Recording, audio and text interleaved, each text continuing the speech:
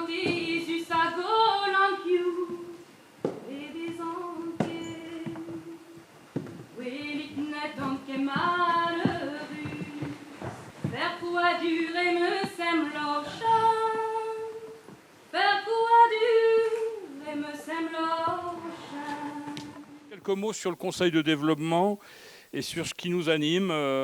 Ce sont des structures méconnues, créées il y a un peu plus de 20 ans dans le cadre de la loi Voynet de 1999. Les conseils de développement sont des instances citoyennes inscrits dans le Code général des collectivités territoriales.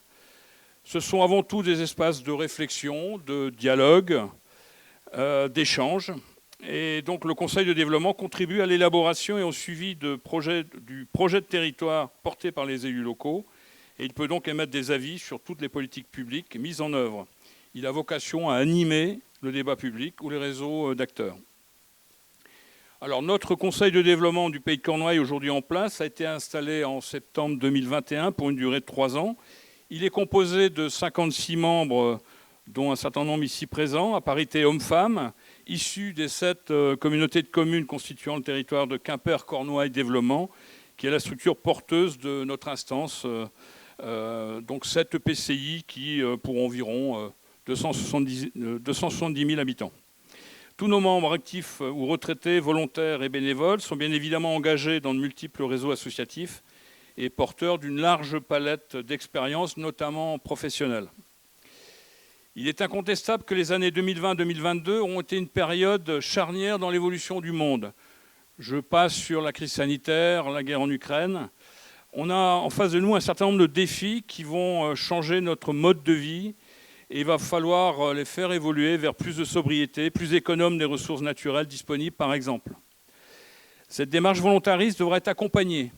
Il faudra nous aider à changer de comportement, par exemple à économiser les ressources du territoire, en favorisant la coopération entre tous les acteurs, les entreprises, les élus, les associations, les réseaux d'acteurs, les citoyens, valoriser les bonnes pratiques, rechercher une sobriété positive et heureuse, accessible à tous et durable. Il nous faut penser et agir de manière systémique et ainsi de manière aussi concrète que possible. Par exemple, nous travaillons pour ce qui nous concerne sur les problématiques de l'eau, tant sur le plan quantitatif que qualitatif ou de sa gouvernance. Nous avons participé à l'élaboration du diagnostic qui a conduit à la signature d'un contrat local de santé en juillet dernier. Nous serons bien évidemment partie prenante dans le plan d'action qui est en cours de définition. Sur le plan des transitions énergétiques et climatiques, nous avons rencontré presque toutes les EPCI qui travaillent actuellement dans le cadre de leur plan, leur PCAET, leur plan énergie-climat. Nous savons que la mise en place du ZAN, par exemple, zéro artificialisation nette, à l'horizon 2030 puis 2050, va changer notre manière d'occuper l'espace, notre manière d'habiter ou de se déplacer, avec un niveau d'acceptabilité de nos concitoyens face à tous ces changements qui sera déterminant dans notre capacité collective à réussir ces transitions. Pour ce faire, nous devons accompagner nos élus dans les décisions à prendre pour que l'intérêt général reste acceptable pour le plus grand nombre. En 2021, nous avons, pour cette mandature, nous sommes fixés 2 objectifs. Être mieux connus et surtout reconnus, avec l'ambition de passer d'une démocratie citoyenne participative à une démocratie contributive. Il nous semble important, certes, d'émettre des avis sur tel ou tel dossier, mais surtout d'être force de proposition. Exemple, sur le dossier des mobilités du quotidien, nous avons travaillé sur l'amélioration de la ligne ferroviaire Brest-Quimper-Lorient-Nantes, avec nos collègues des conseils de Brest, Lorient et du COB, associés à des comités bretons d'usagers, nous avons commis un cahier de doléances regroupant l'ensemble des préconisations qui nous semblaient de nature à rendre le ferroviaire attractif et performant, tant pour les salariés que pour les apprenants, scolaires ou étudiants. Il a été remis en mars 2023 au Conseil régional, autorité compétente en matière de transport régional, et à la SNCF, opérateur principal. Bon nombre de nos propositions ont d'ores et déjà été prises en compte et devraient être mises en œuvre à l'horizon septembre 2025. Le 8 novembre dernier, donc il y a quelques jours, l'Assemblée nationale a accueilli la 8e édition des Trophées de la participation co-organisée par Décider Ensemble et la Gazette des communes. 107 candidatures, 70 dossiers retenus et 3 dossiers déposés par les conseils de développement ont été distingués, dont le nôtre, consacré donc à la valorisation de la ligne Brest-Quimper. Le jury a salué la démarche de coopération réunissant les acteurs aux approches complémentaires, favorisant l'expression citoyenne et le droit des usagers. Et donc c'est avec, si j'en parle, c'est avec cette même ambition que nous avons décidé d'organiser aujourd'hui ces assises de la langue et de la culture bretonne. Notre ami Gilda, membre de notre conseil de développement, nous a convaincus qu'il fallait mettre sur la table les forces et les faiblesses de ce qui constitue la fierté et l'identité de notre territoire. La langue et la diversité de ses expressions culturelles. Si l'attractivité de la Cornouaille doit beaucoup à la richesse de son expression identitaire, cette dynamique culturelle reste fragile.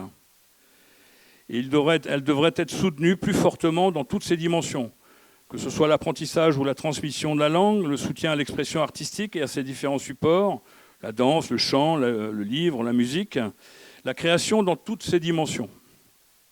Sans oublier évidemment les grands rendez-vous festivaliers ou les manifestations estivales qui donnent beaucoup de visibilité à notre culture. Donc je souhaite qu'aujourd'hui nous balayions devant notre porte en réfléchissant à ce que nous pouvons faire par nous-mêmes.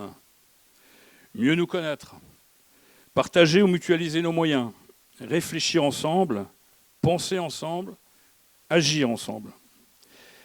Donc nous avons décidé aussi d'enregistrer tout ce que nous allons pouvoir dire cet après-midi. Donc toutes les bêtises que vous allez pouvoir émettre seront consignées. Et donc on pourra remonter à l'auteur sans aucune difficulté. Alors, au-delà de ça, on en fera un cahier d'acteurs, comme on l'a fait pour la ligne ferroviaire, un cahier de doléances pour l'avenir et le devenir de la langue et de la culture bretonne. Parce qu'on n'est pas juste là pour se faire plaisir ou passer un bon temps, un bon moment ensemble. On est là pour essayer d'écrire une nouvelle feuille de route, utile et accessible à nos élus décideurs, tracer les voies du possible pour rendre les organisations plus performantes et plus efficientes. Tout ce que vous allez pouvoir dire, pouvoir proposer sera repris dans un document qui sera transmis à nos décideurs de l'État, de la région, à tous les élus responsables sur ce cher pays de Cornouailles. On a la conviction que Quimper peut être le confluent de nouvelles dynamiques culturelles en Bretagne. Donc merci d'avance pour votre participation, de vos contributions. Merci aux différents artistes qui vont nous proposer quelques moments de respiration tout au long de l'après-midi. Et on se retrouvera dans 2-3 heures pour faire la synthèse de tout ça et peut-être mettre quelques lignes en perspective. Donc avant de passer à la table ronde qui va se tenir ici, j'invite Rosen Miline, donc président du Conseil culturel de Bretagne, à nous planter le décor, là aussi en quelques minutes, et on passera ensuite la main à Gilda. Merci.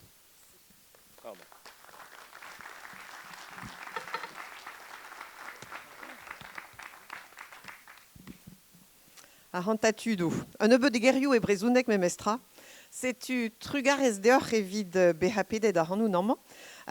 Trugares d'an aouzorien evit BH sonjet enoun, da dou la kaos de varben ar zevenadur agariez, amant e bro gembre, ur vro gaer, evel just, kaziken kaer ava broleoun beniget. Bonjour à tous et merci aux organisateurs pour cette invitation à ouvrir les assises de la culture et de la langue bretonne en Cornouailles. Merci donc d'avoir pensé à une léonarde pour ouvrir ces assises quand on sait combien les léonards ont parfois mauvaise réputation au sud de l'Elorne. Mais il est vrai que les questions qui se posent sur les plans culturels et linguistiques sont les mêmes à travers toute la Bretagne, en fait, et qu'ils se rejoignent tout particulièrement dans les différentes zones brittophones traditionnelles, le Trégor, le Léon, le Ventais et donc la Cornouaille. Donc vous allez parler de langue et de culture durant toute cet après-midi, non pas seulement selon l'expression désormais en usage des langues et des cultures de Bretagne, mais bel et bien de la langue et de la culture bretonne, comme cela est clairement indiqué dans l'intitulé des assises. Alors si ces assises ont été organisées, c'est bien, je suppose, que la situation est considérée à certains égards comme un peu préoccupante. Sur le plan culturel, on peut certes se contenter de voir le verre à moitié plein. Par exemple, c'est ici à Quimper que s'est tenue cette année la 100e édition du Festival de Cornouailles, une édition couronnée de succès. C'est ici encore, les festounos peuvent attirer des foules considérables, tout comme le Centre-Bretagne, le Vantais ou même Rennes, où vient de se tenir la dernière édition de Yowang.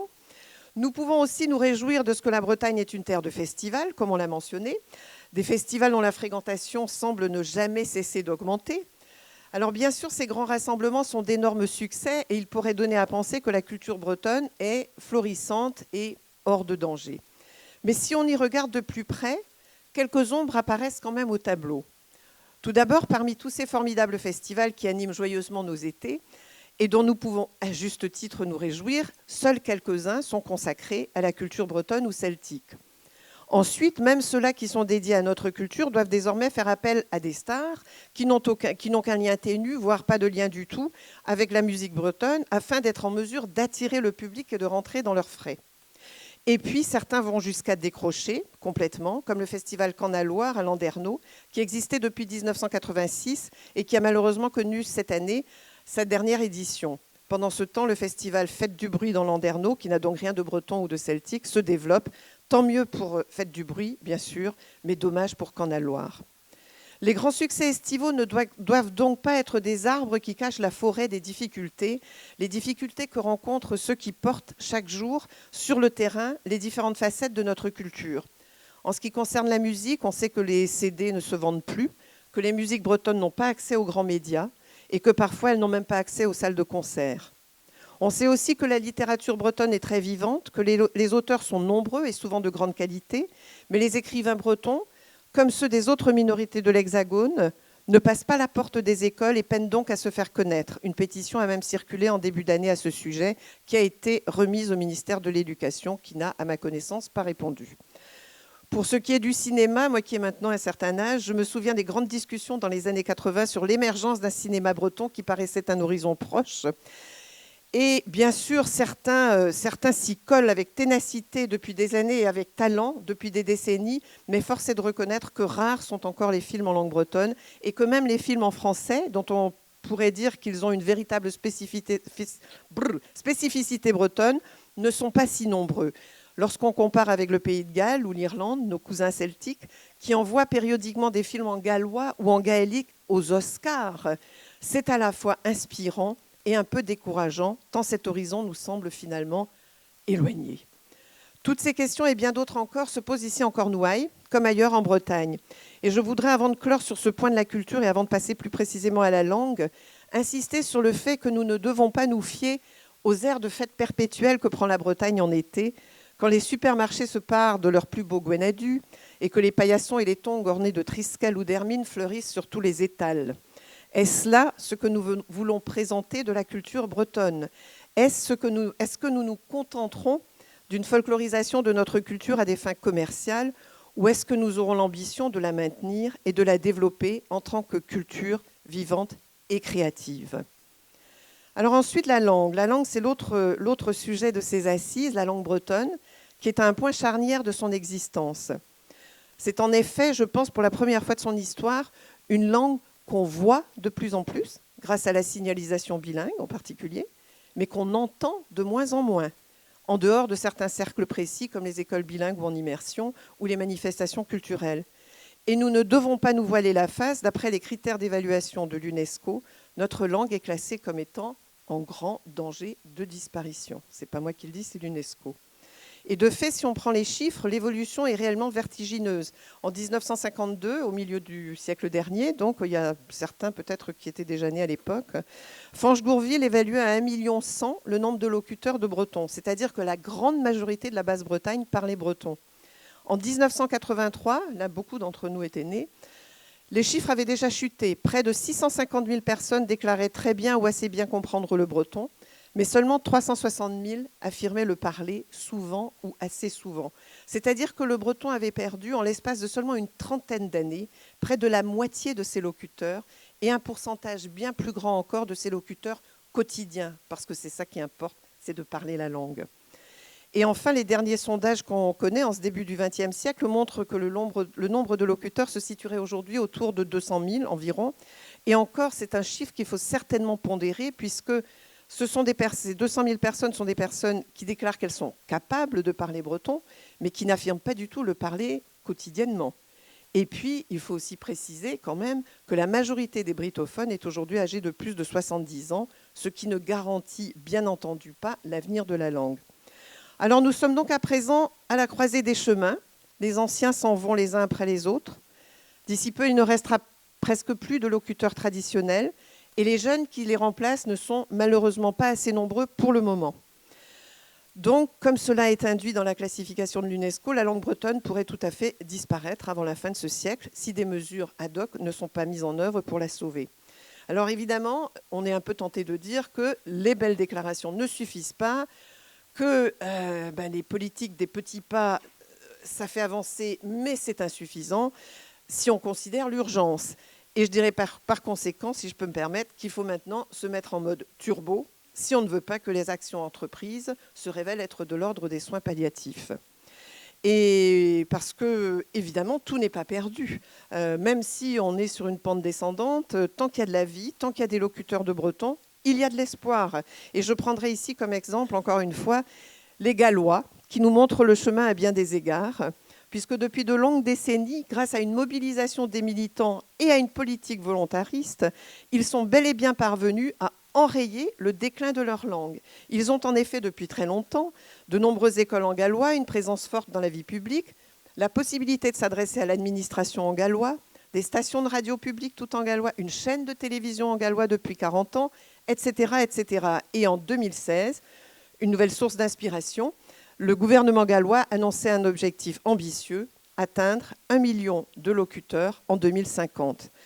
Donc vous voyez, il y a de l'espoir, les Gallois avancent, on peut légitimement se dire qu'on peut essayer au moins de suivre leur exemple à force de travail, à force de militance, et puis aussi, il faudra bien que ça passe par la législation, les politiques, etc., parce qu'on n'y arrivera pas tout seul. En conclusion, pour amorcer donc les débats de cet après-midi, les défis qui nous attendent dans les années et les décennies qui viennent sont importants. Et les débats de cet après-midi promettent d'être riches, tant sur le fond, avec les mutations linguistiques et culturelles et les urgences qu'elles induisent, que sur la forme et sur les modes d'action et les difficultés rencontrées. Alors je vous souhaite à tous de belles discussions cet après-midi et surtout des discussions fructueuses qui apporteront au moins des éléments de réponse aux questions posées.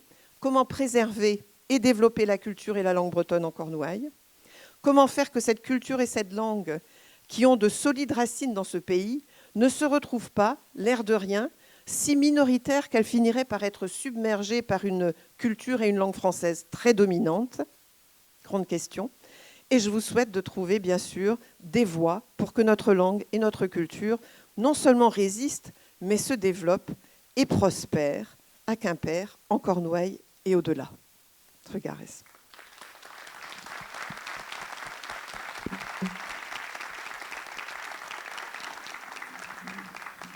Merci beaucoup, Rosen, pour cette formidable intervention. Je pense que ça vaut le coup de continuer à réfléchir sur ces mots forts. Et première respiration artistique, une chanson collectée dans le Capcizin, Intan Falochen, et chantée par Kulmik Goulen.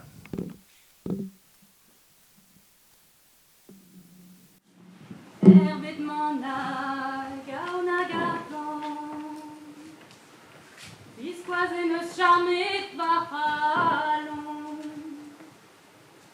mais au approches paysans, content et dans les positions,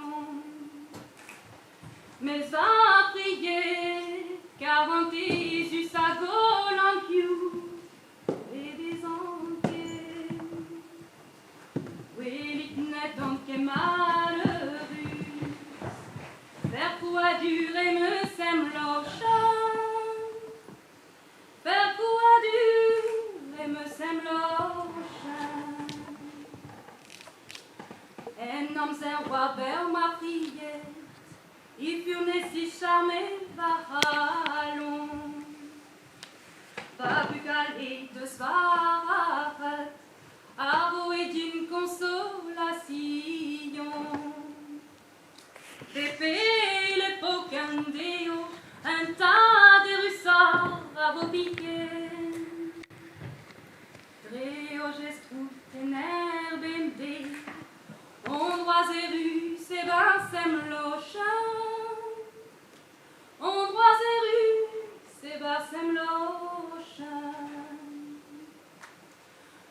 Et mintin pai anda parcu, adari de gomans va deves. Allez in babugaliku, de svazida gemereteves. Adonnos pas de enedro et vite va distrait de svanke. En start on tolvarbeus ro, dam consoli et ben sem lochan. Dam consoli et ben sem lochan. Bras et wala wenidikes, el ger pa vigen gant mazia. Es pavelant amerikes, Andurarettes vaudalaga. C'est blanc tout à dingue, les timans des nerfs et barsem riche. En despetambres dire, mais endroits et rues, c'est barsem lochan. Endroits et rues, et barsem lochan.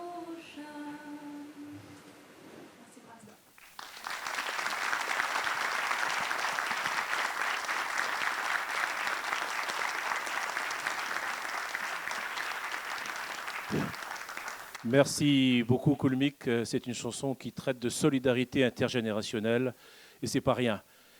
Comment on est arrivé à faire ces assises de la langue et de la culture bretonne ici, très rapidement? J'ai eu le plaisir de faire partie du conseil de développement de Cornouailles il y a peu, donc 2 ans. Le temps que je comprenne ce que c'était, parce que je dois avouer mon ignorance. et après, j'ai compris comment on pouvait s'emparer des choses. Et avec Yannick Mingui, Yann Guillamot et Anne Guérou, qui font aussi partie, on a décidé de se lancer dans l'aventure. On a constitué un comité de pilotage avec de nombreuses personnes. Et merci vraiment à eux et à elles. Et principalement Anthony Trian, qui est le technicien du Conseil de développement de Cornouailles et qui a été tous les jours sur le travail. Bravo à lui, Anthony.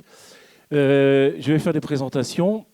Cette table ronde qui va nous aider à réfléchir sur une chose simple, c'est les mutations linguistiques et culturelles dans notre société. C'est une question simple.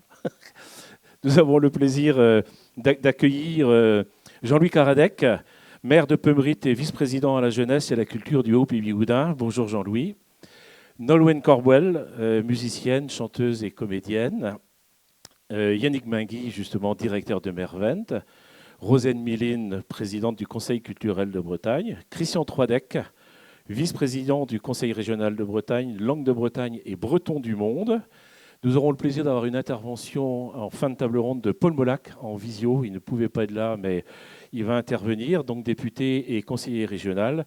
Et nous avons le plaisir d'accueillir aujourd'hui Audrey Fourcade, vice-présidente à la Ciutat. Elle va vous expliquer ce que c'est, mais c'est en gros un quartier de la ville de Pau, dans le Béarn, qui regroupe de nombreuses associations ainsi que des acteurs et actrices économiques de la culture béarnaise. Et je vais commencer par vous, Audrey, parce qu'en Bretagne aussi, on sait accueillir. Et donc la question qui va être la même à toutes et à tous, c'est dans ces mutations linguistiques et culturelles, quel constat fait-on? Comment on fait pour être ensemble? Ce qu'on fait aujourd'hui, d'ailleurs, je tiens à vous remercier aussi toutes et tous d'être là, parce que qui mieux que nous pour continuer à réfléchir? Donc on ne va pas faire de l'entre-nous, mais de la force avec nous, si c'était possible, pour qu'on réussisse à faire des choses. Audrey, je vous laisse la parole. Adichat à tots. Et merci par la boost invitation. Donc, merci beaucoup pour cette invitation à ces premières assises de la langue bretonne, de la culture et de la langue bretonne en Cornouailles. Je sens que c'est important. Alors, la Ciutat. Déjà, on est très heureuse d'être là, parce que la dynamique collective que vous partagez, c'est celle qui anime la Ciutat. C'est celle qui anime les gens, les hommes et les femmes qui ont eu une idée à un moment donné, qui ont eu une réflexion, qui se sont fait un constat, à peu près le même que le vôtre. D'une part, sur le territoire béarnais, on a constaté qu'il y avait de nombreuses initiatives, des structures, des associations, des des privés, des personnes isolées qui avaient voilà, des initiatives pour la culture et la langue béarnaise. Et d'autre part, qu'il y avait des gens qui avaient une envie d'apporter un outil, de faciliter les choses, parce que le constat sur le territoire, c'est qu'on a des associations qui ont plein de très bonnes idées, qui a encore des bénévoles, c'est pas facile, hein, mais que ça manque de logistique, qu'on a besoin aujourd'hui d'être ultra professionnalisé pour monter le moindre événement. Donc voilà, il y a quelques années, des hommes et quelques femmes qui se sont dit, cette situation où on continue à la regarder, vivre comme ça, ou alors on se mobilise pour une fois peut-être tous ensemble et on trouve un outil concret, et quoi de plus concret que de la pierre en fait, que des murs, donc d'où le fait que la Ciutat soit un tiers-lieu. On réussit à réunir ces gens-là, à les mettre ensemble, à les faire travailler ensemble. Ça c'est important parce qu'un tiers-lieu c'est un endroit où il y a des gens qui travaillent. Je ne suis pas du tout en train de dire que les associations ça ne travaille pas du tout. C'est pas... Quand on parlera tiers-lieu, vous comprendrez mieux pourquoi j'insiste sur ce fait-là. Et donc voilà, introduction un petit peu peut-être longue, mais juste pour vous expliquer que c'était une idée qui s'est concrétisée par un outil et qu'il faut voir aujourd'hui, voilà, la Ciutat, ce quartier de Pau, comme un outil, parce que l'objectif derrière, c'est que la culture et la langue béarnaise prennent sa place dans les lieux publics, qu'on puisse entendre parler béarnais quand on se promène dans les rues à Pau, mais pas forcément qu'à Pau. Que sur le territoire, on retrouve aussi cette dynamique collective, donc ce point de départ et ce que je ressens beaucoup ici. Voilà. Oui, c'est pas rien. J'ai eu le plaisir d'aller visiter la Ciutat plusieurs fois, dans le mois de juin, pour des rencontres nationales de la FMDT. Quand on parle de quartier, c'est un quartier complet, hein, c'est vraiment énormément de maisons, et qui regroupe des bibliothèques, mais de la restauration, un fabricant de bière. Il n'y a plus de bière, non? Mince, du vin. Alors, on vend de la bière, mais on ne la fabrique pas. Mais en effet, la Ciutat, c'est ça. C'est un quartier avec un bâtiment un peu délocalisé, mais bon, pas très loin quand même du centre, dans lequel on va retrouver toutes ces activités-là. C'est-à-dire que la Ciutat, c'est un résumé de tout ce qui peut se faire sur le territoire. C'est-à-dire qu'il peut en effet y avoir une bibliothèque, il peut y avoir un café, il peut y avoir une salle dans laquelle vont se retrouver des associations pour danser. On va retrouver tout ce panel, quelque chose de très hétérogène, quelque chose qui ne rentre pas dans une case en fait. C'est pas une maison des associations, c'est pas qu'un centre culturel, c'est pas qu'un centre de création musicale. On a aussi un centre de création musicale.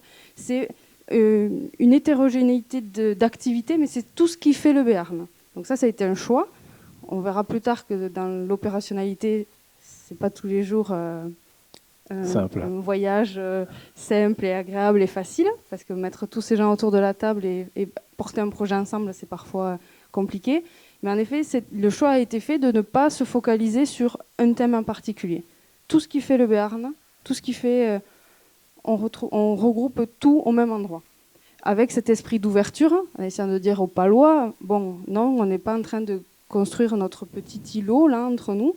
Regardez, c'est un lieu ouvert, d'où le choix du tiers-lieu. Et avec un café, justement, pour une porte d'entrée pour le public, pour les Palois, pour les touristes, pour essayer de toucher le plus de monde possible. On reviendra sur la Ciutat régulièrement, puisqu'il y a un des ateliers aussi, nous avons le plaisir d'avoir la nouvelle directrice de la Ciutat qui est là et qui racontera les avantages, les inconvénients, les difficultés, mais aussi les réussites de tout ça. Jean-Louis, en tant qu'élu du Haut-Pays-Bigouden, vous êtes penché sur la question de la langue et de la culture bretonne. Il y a eu un constat qui est fait. Et alors, ça donne quoi ?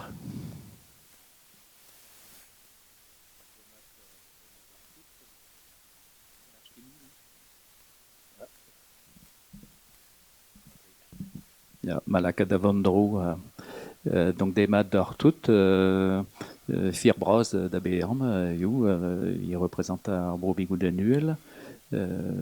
Plus facile en français pour moi, même si le breton sont mes grands-parents, mes parents qui me l'ont appris, donc je le parle relativement aisément, mais entre congénère, on peut dire bigoudin. C'est pas tout à fait le breton appris dans les cours de Merven, par exemple, mais bon, on s'en sort bien entre nous, disons. Voilà, notre démarche communauté de communes donc, a finalement émergé assez tôt. On avait fait un premier diagnostic culturel pour les 4 communautés de communes de l'Ouest Cornouailles, donc au Cap-Sizun, Douarnenez et les 2 Pays Bigoudin, en 2014. Donc était déjà apparue une richesse, une diversité des acteurs. Ensuite, 2017-2018, c'est l'écriture à l'échelle de la communauté de communes du projet de territoire, donc qui est imposé à toutes les communautés de communes. Donc, cette démarche de contribution des habitants, des acteurs, a permis de faire remonter les attentes au niveau culturel. Donc ça a été écrit au projet de territoire dans 2020-2025 et à cette époque-là déjà nous avions une personne qui était animatrice jeunesse culture sur le pays bigoudin, le haut pays, et en 2020 donc nous avons développé un autre braquet qui était de recruter quelqu'un de chargé de mission culture pour faire à nouveau un diagnostic de territoire que nous avons proposé à nos amis, voisins et cousins du pays bigoudin sud. Et donc, c'est l'échelle qui a été retenue pour faire le diagnostic culturel. Tous les EPCI ne se sont pas emparés de ça en Cornouailles. Non, en fait, c'est bien l'avis des habitants consultés lors du projet de territoire qui a permis d'inscrire ça, par exemple, dans la convention territoriale globale qui était conventionnée avec, pour les élus, ils s'y reconnaîtront, avec le conseil départemental, avec la CAF par exemple. Donc on a déjà inscrit la culture comme axe prioritaire. Donc il s'agit après de recruter quelqu'un de chargé de mission culture pour nous aider à élaborer finalement ce diagnostic. Et alors, ça donne déjà des résultats ? Alors, il a été mené courant 2022, il vient d'aboutir là en 2023, donc c'est tout frais. Donc la concertation avec les habitants, donc ce travail de collaboration avec les acteurs aussi a pu être facilité par l'ingénierie qui nous était proposée par Culture Lab, donc qui est l'agence culturelle du conseil départemental que je félicite et que je remercie puisque les élus étaient bien démunis, disons, même avec l'intention d'aller dans le domaine culturel, ça s'improvise pas. Et on connaissait des attentes fortes, donc on a été bien soutenu, bien épaulé par l'agence Culture Lab. Est-ce que ça va créer des émules ? Donc le Pays Bigoudin Sud va suivre ? Alors, nous avons partagé avec eux le diagnostic, donc 5 axes de travail en sont ressortis, donc de la préservation, valorisation des patrimoines jusqu'à la lecture publique, par exemple, en passant par les arts vivants. Alors, je peux dire que au départ, on pensait trouver une identité bigoudaine particulière, spécifique, au moins aussi forte que le pays léonard. Mais en fait, ce qui est ressorti, ce sont des acteurs contemporains d'aujourd'hui qui ont envie de développer leur politique culturelle. Et ce qui est ressorti aussi, c'est ce besoin de culture pour vivre dans un territoire, en premier lieu pour ses habitants, au quotidien, par exemple la saison hivernale, pour avoir une offre culturelle variée et accessible à tous, côté mobilité géographique, on peut dire, et accessibilité financière. Donc, comment dire, ces domaines ont été bien identifiés sur les 2 territoires, et nos 2 communautés de communes n'étaient pas prêtes en même temps pour aller sur un chemin de projet culturel de territoire. Nos amis du Sud préfèrent attendre un peu pour s'engager dans un projet culturel. Et nous, au pays, sans prétention, notre modeste dimension, 18 000 habitants, 10 communes, on avait eu la chance auparavant d'agréger beaucoup de compétences techniques. On est allé dans l'assainissement collectif, bien sûr, au-delà des déchets, mais aussi la voirie en dernier lieu. Et toutes ces compétences fonctionnent, on peut dire, de manière autonome. Et ce qui fait que le fonctionnement communautaire, donc conseil communautaire, bureau communautaire, était prêt à a ajouté un volet culturel en fait à la démarche de service aux habitants pour la communauté de communes. C'est jugé important par les membres de la commission culture qui sont pleinement impliqués, pleinement investis, donc un membre de chaque commune, et qui sont un peu le moteur de ces initiatives. Hein. Et leur credo, c'est de dire on a besoin de culture et d'éducation pour apaiser les malheureuses tensions de ce monde qui nous touchent quasi instantanément et nous impactent sur le comportement du quotidien. Le numérique a beaucoup changé les comportements aussi. Quand on se rappelle la langue bretonne dans les petits villages, les gens se parlaient et se voyaient au quotidien, ce qui n'est plus le cas dans les villages aujourd'hui. Déjà, il n'y a plus d'exploitation agricole quasiment, et ce sont des néo-ruraux qui se croisent peut-être, mais se parlent peu, chacun ayant hâte de rentrer chez soi pour avoir la dernière connexion Internet au reste du monde. Je crois que tu as raison, Jean-Louis. Effectivement, vous avez raison. C'est des choses très importantes, ce que vous avez dit. Je tiens à excuser, j'avais oublié de le faire tout à l'heure, Béatrice Massé, qui n'a pas pu être présente pour cause de maladie. On lui souhaite un prompt rétablissement. Si Béatrice venait ici, elle nous aurait parlé des droits culturels. Et je crois que la culture bretonne, avant que ce mot-là existe, c'était déjà des droits culturels. Savoir sortir des triptyques artistes, bénévoles et spectateurs, on sait faire les trois et on doit continuer à faire les trois. Le Conseil culturel de Bretagne, d'ailleurs, a sorti un très bon rapport là-dessus, sur les pratiques artistiques, linguistiques et culturelles en Bretagne. J'ai eu le plaisir de le lire. Et je vous repasse la parole, Rosane, là-dessus, puisque Jean-Louis parlait du nombre d'habitants sur un territoire. La Bretagne va accueillir dans les 15 prochaines années un nombre conséquent de nouvelles personnes. Comment on aborde l'arrivée de ces nouvelles personnes, de quelle manière et quelle est la force à ce moment-là de la langue et de la culture en Bretagne de cette manière-là? Oui, c'est effectivement, je ne m'attendais pas à ce que vous me posiez la question, mais c'est une très bonne question, puisque c'est une question que je considère également comme étant une des plus importantes qu'on aura à traiter dans les années et les décennies qui viennent, puisque jusqu'à présent, on a vu des gens arriver de l'extérieur, mais qui s'intégraient, enfin, c'était en petit nombre. D'ailleurs, pour l'anecdote, le nom de famille le plus courant en Bretagne, probablement, c'est le Gal, ou Galiou, ou Galou, ce qui signifie en gros le français, le gaulois, enfin l'étranger. Et tous les Legal et les Galiou qu'on connaît, ils sont super intégrés, ils parlent les bretons, etc., etc. Donc la Bretagne a toujours eu cette capacité à intégrer les gens qui venaient de l'extérieur et à faire en sorte qu'ils soient bretons, quoi, finalement. Et on dit toujours qu'en Bretagne, c'est ni le droit du sol, ni le droit du sang, mais que c'est le droit du cœur. C'est-à-dire celui qui choisit et qui décide d'être breton, il est breton, tout simplement. Et on voit effectivement, souvent, même dans les associations écologiques ou les associations pour défendre la culture, la langue, etc. Il y a beaucoup de gens qui viennent de l'extérieur, qui sont parfois plus actifs même que les Bretons d'origine, qui ont encore pour certains un peu honte de leur plouquerie native, etc., etc. Et les gens de l'extérieur sont parfois là pour nous redoper en quelque sorte. Tout à fait. Peut-être pour les natifs, c'est pas assez exotique leur propre culture. Voilà, c'est ça. C'est pas assez exotique et trop plouc, quoi, trop retardé. Enfin bon, avec toute cette espèce d'image négative qu'on a héritée depuis le siècle 19e siècle, en gros. Voilà. Mais là, ce qui se prépare, c'est pas juste l'arrivée de quelques dizaines, centaines, même milliers de personnes. Ce sont des centaines de milliers de personnes. Et on le voit déjà comment ça change peu à peu la population. Hein. Et 400 000, hein, c'est ça, hein. Que je crois, ils disent qu'enfin, c'est au doigt mouillé, tout ça, à mon avis. Les démographes, ils parlent de 400 000 dans les 15 Voilà, on parle de 400 000 d'ici 2050, je crois, quelque chose comme ça. Moi, je vis dans une commune côtière.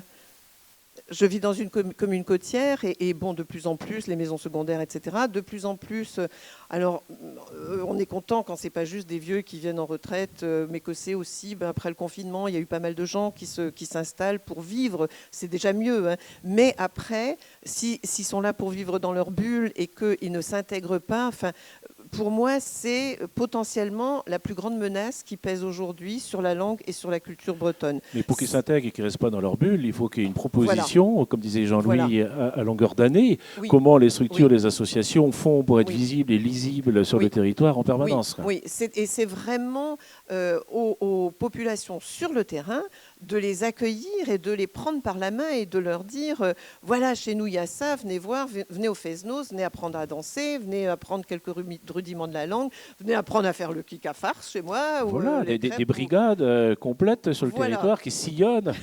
C'est un terme militaire, j'aime pas beaucoup, mais quand même, disons que c'est des brigades poétiques, linguistiques et culturelles. Oui, on y va, quoi. Oui. Mais tout ça, c'est super important, mais je suis pas sûre que ça suffise. Et je pense que des lieux comme ce qui a été fait à Pau, la Ciutat, il faut qu'il y ait des lieux aussi qui rassemblent. Oui. Moi, j'imagine depuis quelque temps, ça fait partie de mes multiples projets que je ne pourrais pas mener avant de voir ma tombe. Mais bon, je sais pas, d'avoir une cité, une ou des cités de la musique, une ou des cités de la langue, de l'histoire, enfin de rendre tout ce qui fait notre culture et notre identité, de rendre ça accessible, y compris par des lieux, parce que quand les gens vont se promener le dimanche, etc., il faut qu'ils aient des endroits où aller. Et je pense que il y a d'une part l'accueil par les populations, d'autre part des lieux en dur, mais il faut qu'il y ait quelque chose de concerté, enfin qu'il y ait un gros plan pour intégrer tous ces gens-là, et ça passe par des décisions. Et je me tourne vers ma gauche, ça passe aussi par les politiques. Je vais me débarrasser du micro, là, je sens. Oui, je vais lui poser des questions à Christian tout à l'heure. Mais quand on parle de visibilité, on a parlé des médias, on parle du cinéma et on parle des artistes. Et j'ai passé peut-être la parole à Nolwenn à ce moment-là, qui a une vision bien plus large que je peux avoir grâce à son métier et de toutes les facettes qu'elle a là-dessus. Comment tu ressens ça, toi, vous, Nolwenn? C'est vrai, c'est vous que j'avais dit. C'est vrai, je me mélange. J'avais dit que je dirais vous à tout le monde. Bien. Moi, je ne vais pas faire de généralité. Je peux parler que de là où je suis et de tout ce que je peux voir ou dire. C'est que, pour partir du personnel, j'ai sorti mon premier disque il y a 20 ans, donc en 2003. Et là, je m'apprête à faire mon 7e la semaine prochaine. Et ce que je peux dire très rapidement, c'est qu'en 20 ans, j'ai pas vu énormément de choses bouger, dans le sens où j'ai l'impression qu'à un moment ça stagne, les choses stagnent. On parle de visibilité, d'audibilité, je sais pas si ça se dit, ça se dit peut-être pas. Juan Madagom sont también brezon aiguë à rock qui t'a caméra argos pegir. Aimant mais vite c'est eu et dommage avait fait qu'eder jubeno revit trey à réaffelder comme brezon et qu'à brezon il n'aimait qu'une dommage.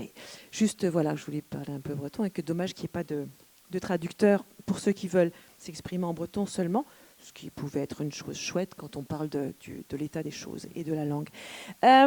Ceci dit, je continue in French.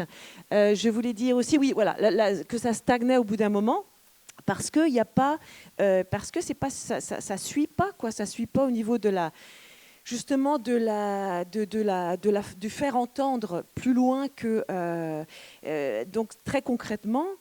On peut, oui, se faire entendre sur les radios locales, sur les chaînes locales ou du web et faire des séries. Heureusement, certaines choses bougent un peu plus à ce niveau-là, mais tant qu'on n'est pas, qu'on n'ouvrira pas les portes, qu'on forcera pas quelques portes pour pouvoir avoir visibilité sur des playlists de chaînes radio nationales, ou des chaînes télé nationales, ça n'ira pas plus loin que là où on est, où on en est. Et il n'y a pas de secret, en fait. Il n'y a pas de secret. Si on veut exister, si on veut être entendu, pour être entendu, il faut faire entendre. Et pour faire entendre, on peut, nous, faire des choses sur le terrain, faire des trucs, mais effectivement, les politiques, il faut prendre le relais, quoi. J'imagine que des choses sont faites, heureusement, mais à un moment donné, il faut forcer les choses. Je ne sais pas si c'est pas ceux de Paris qui vont nous proposer des trucs. Ça, on a bien compris depuis des décennies que ça ne se fera pas comme ça. Donc, à un moment donné, il faut y aller. Alors, je ne sais pas s'il faut passer... Alors là, on est déjà dans peut-être les perspectives, mais je ne sais pas, de se mettre... Créer des collectifs très forts. On dit qu'on est beaucoup d'artistes et de musiciens en Bretagne, qu'on s'y mette et qu'on aille, qu'on fasse faire des chartes ou des trucs très très concrets. Dire les gars, vous voulez qu'on se dise français, qu'on se dise faire partie de votre territoire, intégrez-nous comme tel. Et ok, on est là, on chante, on écrit, on fait des choses dans notre langue et on vit sur votre territoire. Oui. on se dit, vous voulez qu'on se dise être un territoire commun, eh ben, mettons les choses en commun. Laissez-nous une place dans vos radios, dans vos télés et tout ça. Enfin bref, je m'énerve. C'est un peu con. Hein. Non, mais tu as raison. Non, mais c'est force et faiblesse ici. Il faut dire aussi on a des forces, mais on a beaucoup de faiblesses. Il y a ce plafond de verre, je ne sais pas comment l'appeler, où à un moment on peut pas aller plus. Ça bloque, ça s'arrête. Ça s'arrête, mais à un moment donné, c'est là qu'il faut comprendre pourquoi ça s'arrête. C'est qu'il faut se poser la question où ça s'arrête, pourquoi ça s'arrête, et comment on peut faire que ça s'arrête pas, qu'au contraire on brise quelques plafonds de verre, quoi, parce que. Exactement. Pour réagir là-dessus, parce que parmi mes casquettes, je suis aussi membre de l'ARCOM, anciennement CSA, l'ARCOM Rennes. Donc, et on a depuis très longtemps des quotas en radio pour les chansons d'expression de langue française. Il y a des quotas et je peux vous dire que c'est très sérieusement suivi parce qu'il y a des grosses pénalités quand c'est pas respecté. Eh bien, on n'arrive toujours pas à imposer des quotas de chansons en langue régionale. Alors, comme dit Nolwenn, est-ce qu'on est des citoyens de seconde zone, quoi ? Pourquoi est-ce qu'on n'a pas, pourquoi il n'y a pas d'obligation aussi d'intégrer les chansons en langue régionale, quelle qu'elle soit, sur les médias, quels qu'ils soient, en France ? Il n'y a pas de raison. Mais ça, c'est de l'ordre du législatif, donc c'est le politique, encore une fois.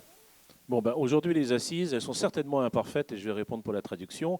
On y a vraiment pensé, hein, tout a été organisé jusqu'au moment où il y a eu une facture. C'est tout con. Et notre budget n'allait pas plus loin. Donc si on a eu plus de sous, bien évidemment, il y aurait eu ça. Et ce n'est pas un manque de volonté. Mais les assises seront imparfaites et on s'en excuse d'avance. Et pour ça aussi, ça nous a bien embêtés. Ah oui. Complètement.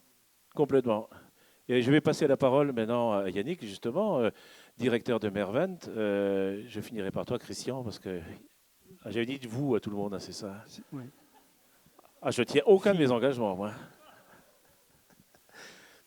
Vas-y, Yannick. Ja, demat d'an ol, neuze krogom gant penoz argoz vite kinnik deoc'h buan a buan Mervent, donc je vais commencer un peu mon propos pour rappeler peut-être pour certains qui est Mervent, puisque donc c'est une structure, et c'est important aujourd'hui dans ces assises, qui a été créée justement sur ce territoire de Cornouailles en 1994, pour au départ donc professionnaliser, développer l'enseignement du breton aux adultes via les cours du soir.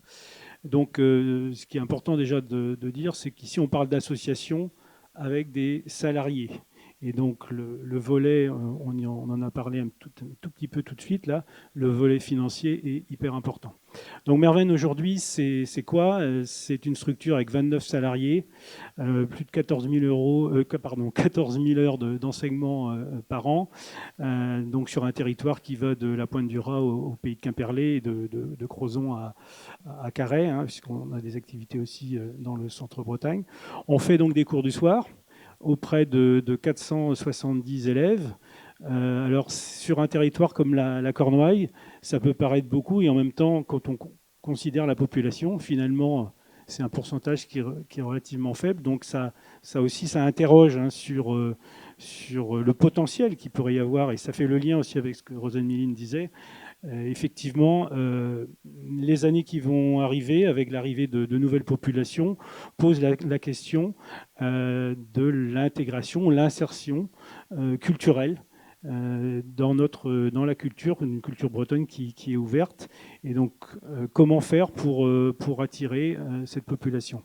Notre deuxième activité, c'est l'initiation dans les écoles, avec un partenariat avec le conseil départemental du Finistère, qui est une affaire qui représente quand même plus de 40% de notre activité.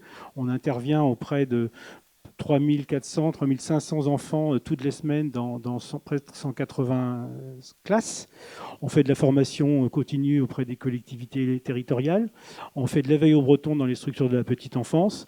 Et on fait des formations longues de 6 mois et 3 mois pour former des locuteurs adultes. Donc voilà, Mervent, c'est une école de formation. Alors, on a fait un petit peu un état des lieux avec Rosen Milline et puis je ne sais plus trop qui sur l'état de la situation de la langue bretonne. Donc je ne vais pas revenir sur certaines choses, mais quand même rappeler que c'est une situation qui est semble toute contrastée, puisque d'un côté on a depuis une quarantaine d'années de nouveaux locuteurs jeunes générations qui arrivent grâce à la création des écoles immersives, puis le développement des filières bilingues publiques et privées. Donc ça, c'est le côté positif. Et puis, comme on l'a dit, les locuteurs, comme l'étude sociolinguistique payée par la région Bretagne l'a montré, la 3/4 des locuteurs ont plus de 60 ans. Donc c'est vrai que on n'a pas un nombre de locuteurs formés qui remplacent ceux qui s'en vont. La pyramide des âges est très mauvaise par rapport à la formation. Voilà. Par contre, sur les aspects aussi quand même positifs, c'est ce que montre l'étude sociolinguistique de 2018, c'est qu'on a une envie de langue bretonne parmi la population, hein, puisqu'il y a 34% des Bretonnes et des Bretons qui aimeraient apprendre le breton, et 33% que leurs enfants apprennent le breton. Et donc, il y a, même si ça semble être une minorité, si on l'applique à l'ensemble de la population bretonne, ça fait ça fait un nombre important de personnes intéressées. Potentiellement, quoi. Potentiellement.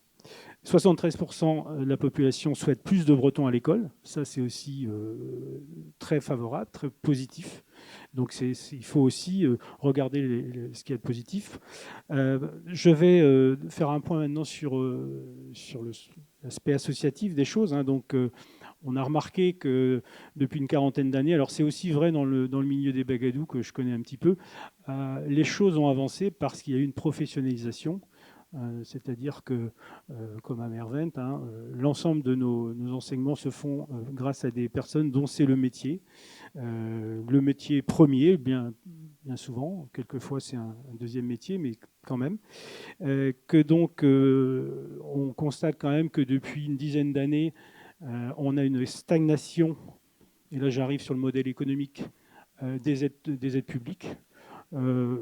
Faut quand même se rendre compte que pour Mervent, par exemple, les aides publiques représentent 70% de nos produits. Donc en fait, on fait du service public, d'une certaine façon. On n'est pas sur un modèle marchand. Et que la place des salaires, hein, représente 80% de notre budget. Donc on voit bien les contraintes qu'on peut avoir d'un point de vue financier. Donc nos aides publiques n'augmentent pas depuis 10 ans. Hein. Nos principales aides proviennent du département du Finistère et de la région Bretagne. Alors même s'il y a on espère des évolutions prochainement, la situation est quand même assez compliquée. Pour être très clair, on ne va pas être dans la demi-mesure.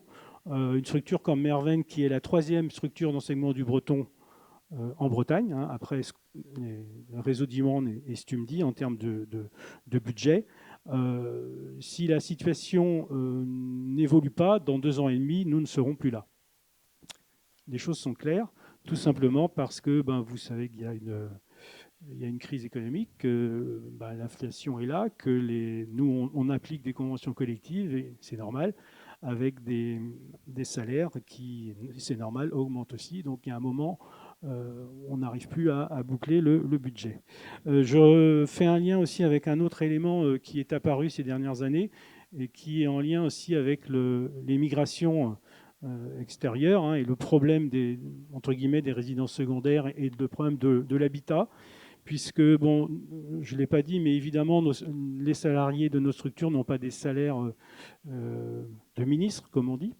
Et on découvre quand même une difficulté autour du logement, avec une partie des salariés qui est obligée de déménager, hein, parce que difficulté à acheter sur la zone côtière.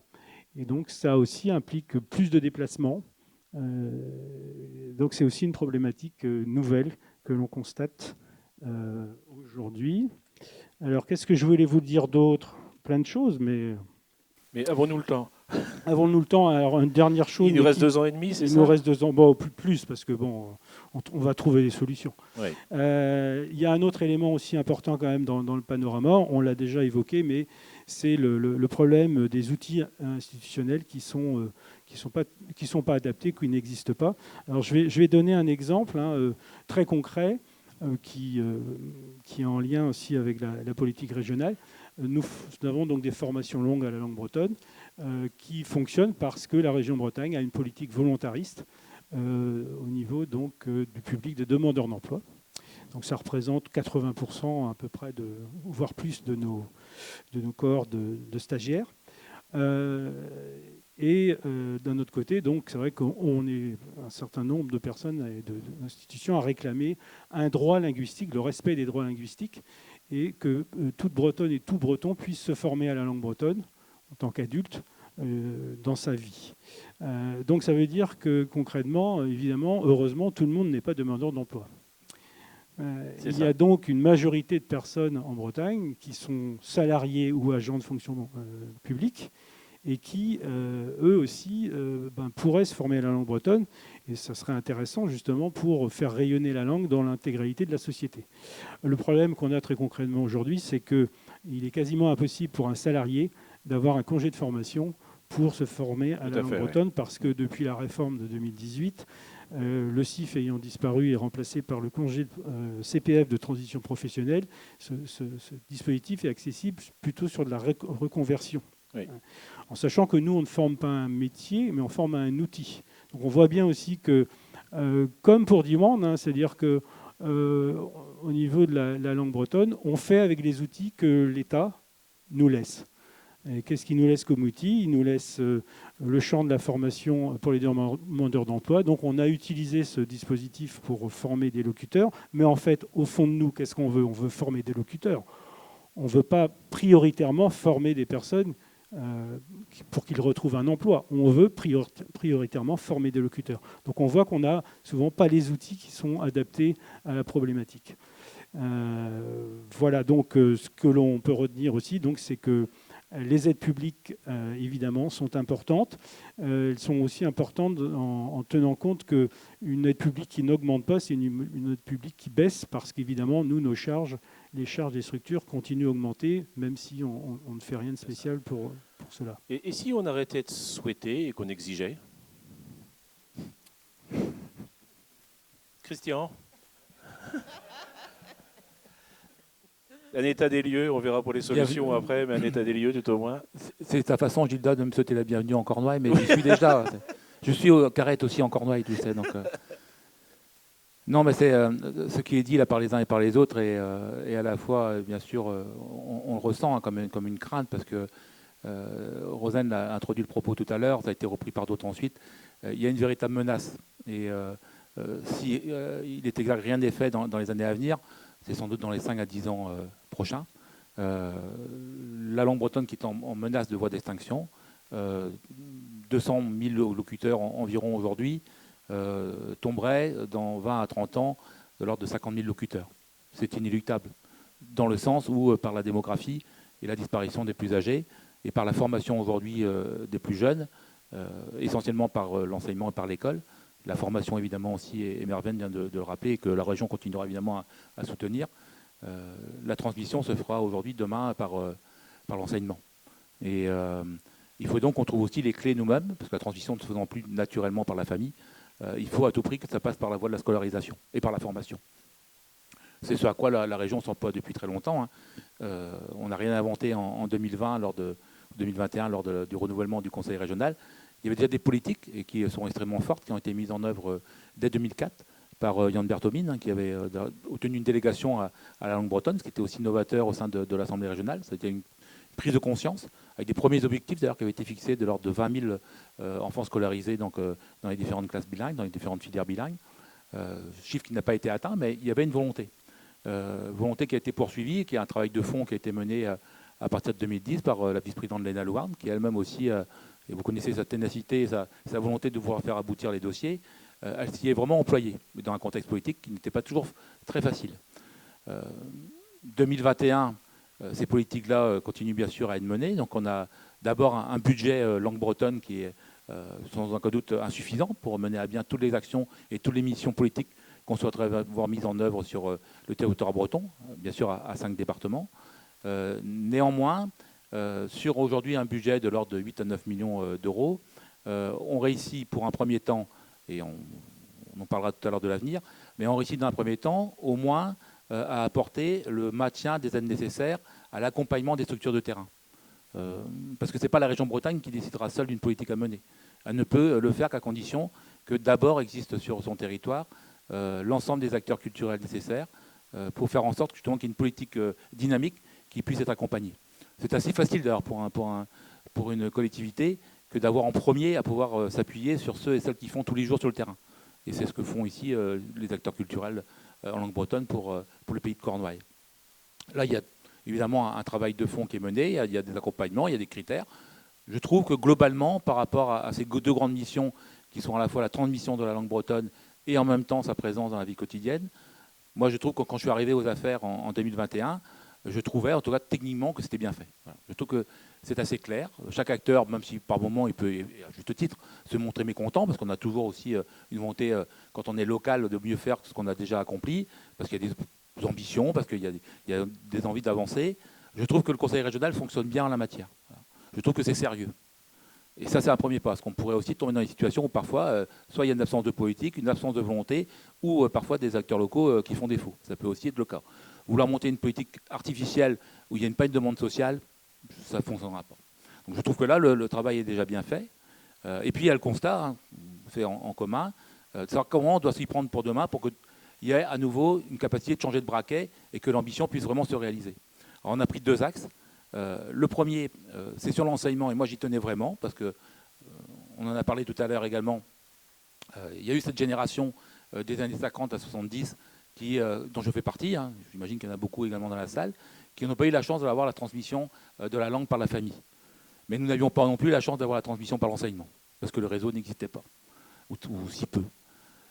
Donc il y a, en tout cas, ce qui nous concerne, la volonté de faire en sorte qu'à travers les plans qu'on est en train de mettre en place, aussi bien la convention spécifique qui a été signée avec l'État, que le plan de réappropriation des langues qui sera présenté en décembre prochain au suffrage des conseillers régionaux, d'axer vraiment notre politique sur l'enseignement. Je pense que la clé passe par là. Quand on parle de la convention spécifique, c'est un document qu'on a signé avec l'État et les universités pour atteindre un objectif, une ambition de 30 000 scolaires donc, en Bretagne sur les 5 départements. 30 000 scolaires, ce n'est pas un chiffre par hasard non plus. 30 000 scolaires, ça répond à peu près, hélas, je veux dire, à la disparition du nombre de locuteurs naturels. C'est faire en sorte qu'on puisse maintenir sensiblement le même niveau, avec évidemment un phénomène de ciseaux qui amènera à ce qu'il y ait quand même une diminution, mais qui en moins permettre de monter plus haut que les 50 000, qui serait autrement ce à quoi on serait promis. C'est sans doute faisable, nous on en est convaincus, mais hélas pour le faire, là c'est pas seulement le conseiller régional ou vice-président qui vous exprime sa pensée, c'est aussi le militant pour l'identité bretonne, le simple citoyen breton, qui se retrouve aussi face à une situation qui est à négocier avec celui qui en face n'est pas forcément celui qui a permis jusqu'à présent en tout cas de pouvoir espérer le maintien de la langue bretonne. On parle tout simplement de l'État français. Et là on se trouve dans une situation conflictuelle, parce que en réalité, c'est un discours que je tiens à tenir aussi devant vous, parce qu'on n'est pas là pour faire une langue de bois, pour faire en sorte de ne pas dire vraiment la situation à laquelle aujourd'hui on évolue. On est dans une situation extrêmement difficile. Un petit détail. Pour arriver à une convention spécifique, il a fallu 2 ans de discussion avec le rectorat.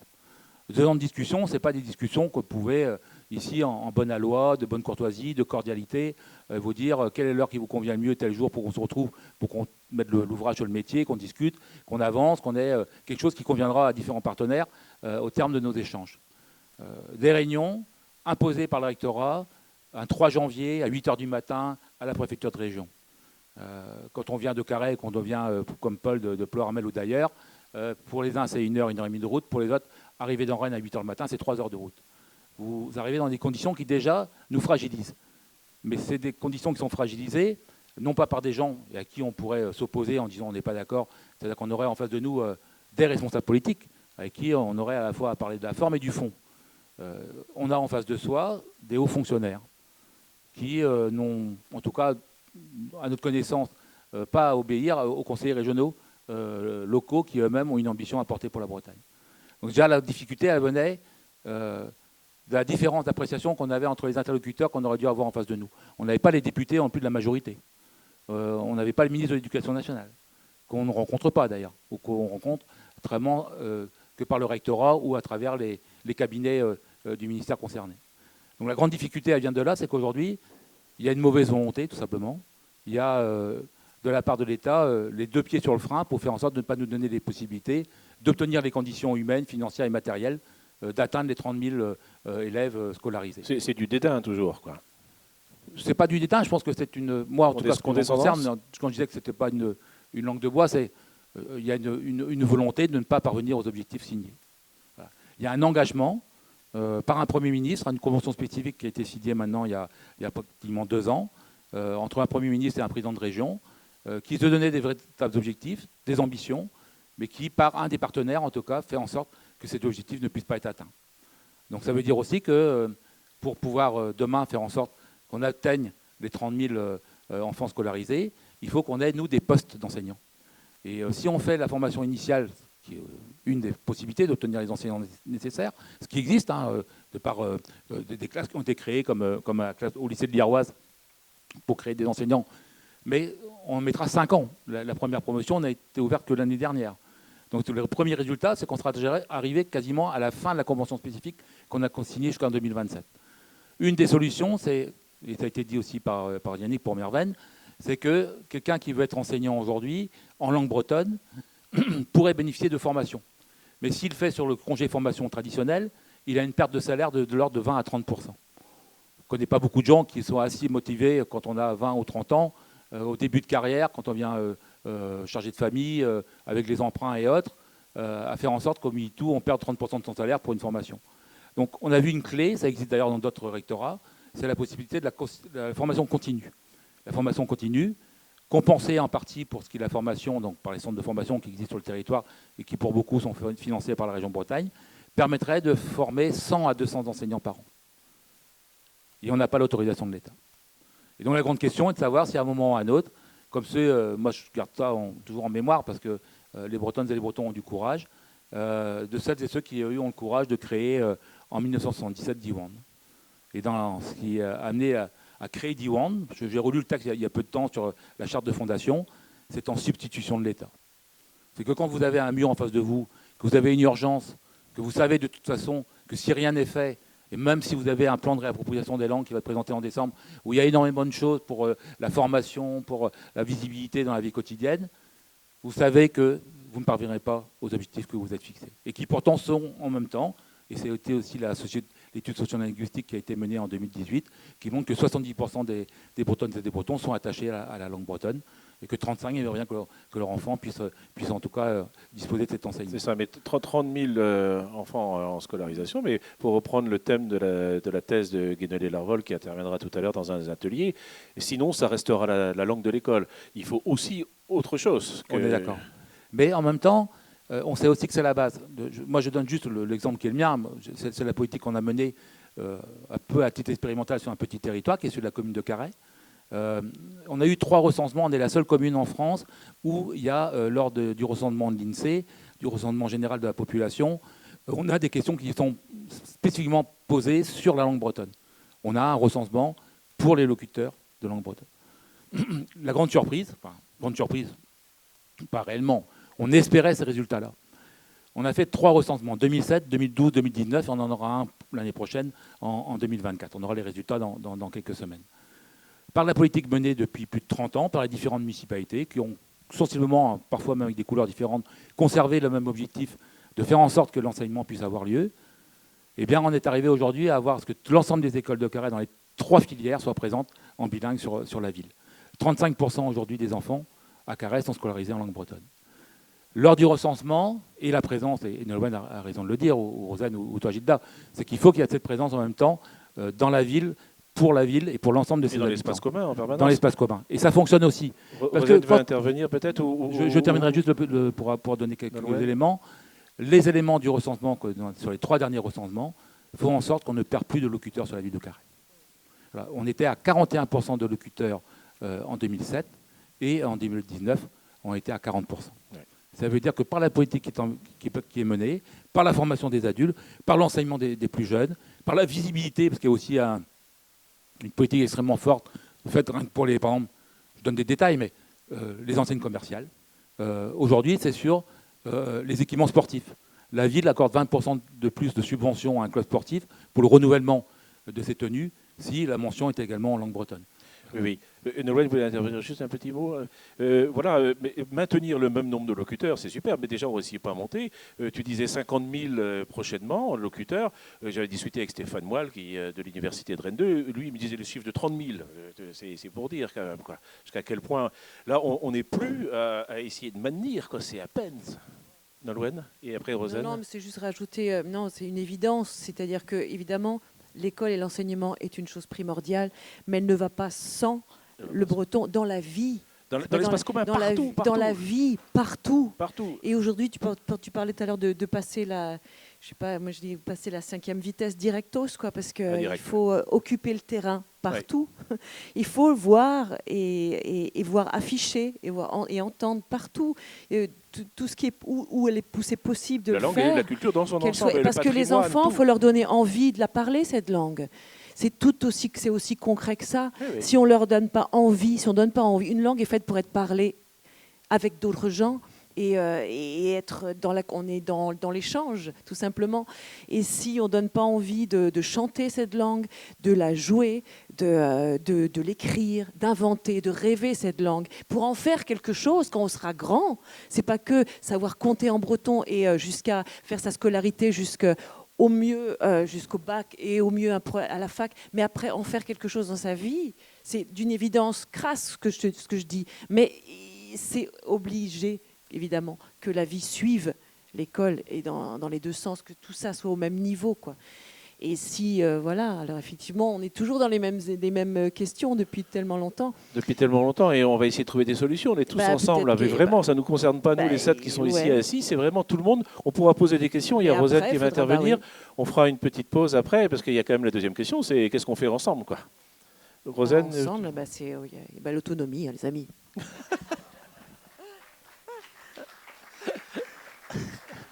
Il y a de la grève dans l'air, il y a de la grève. Oui, je voulais revenir sur les objectifs parce que quand j'ai dit il était temps de passer le turbo ou la 5e vitesse ou la 6e, sur ce chiffre de 30 000, alors l'objectif précédent c'était 20 000 nouveaux, 20 000 enfants scolarisés au moins partiellement en breton, pour être rigoureux. Oui. 20 000, c'est grosso modo, je crois, peu ou prou, 5% des enfants de Bretagne. C'est-à-dire que passer à 30 000, ça va faire 8%.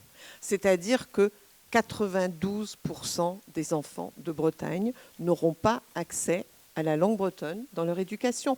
92%.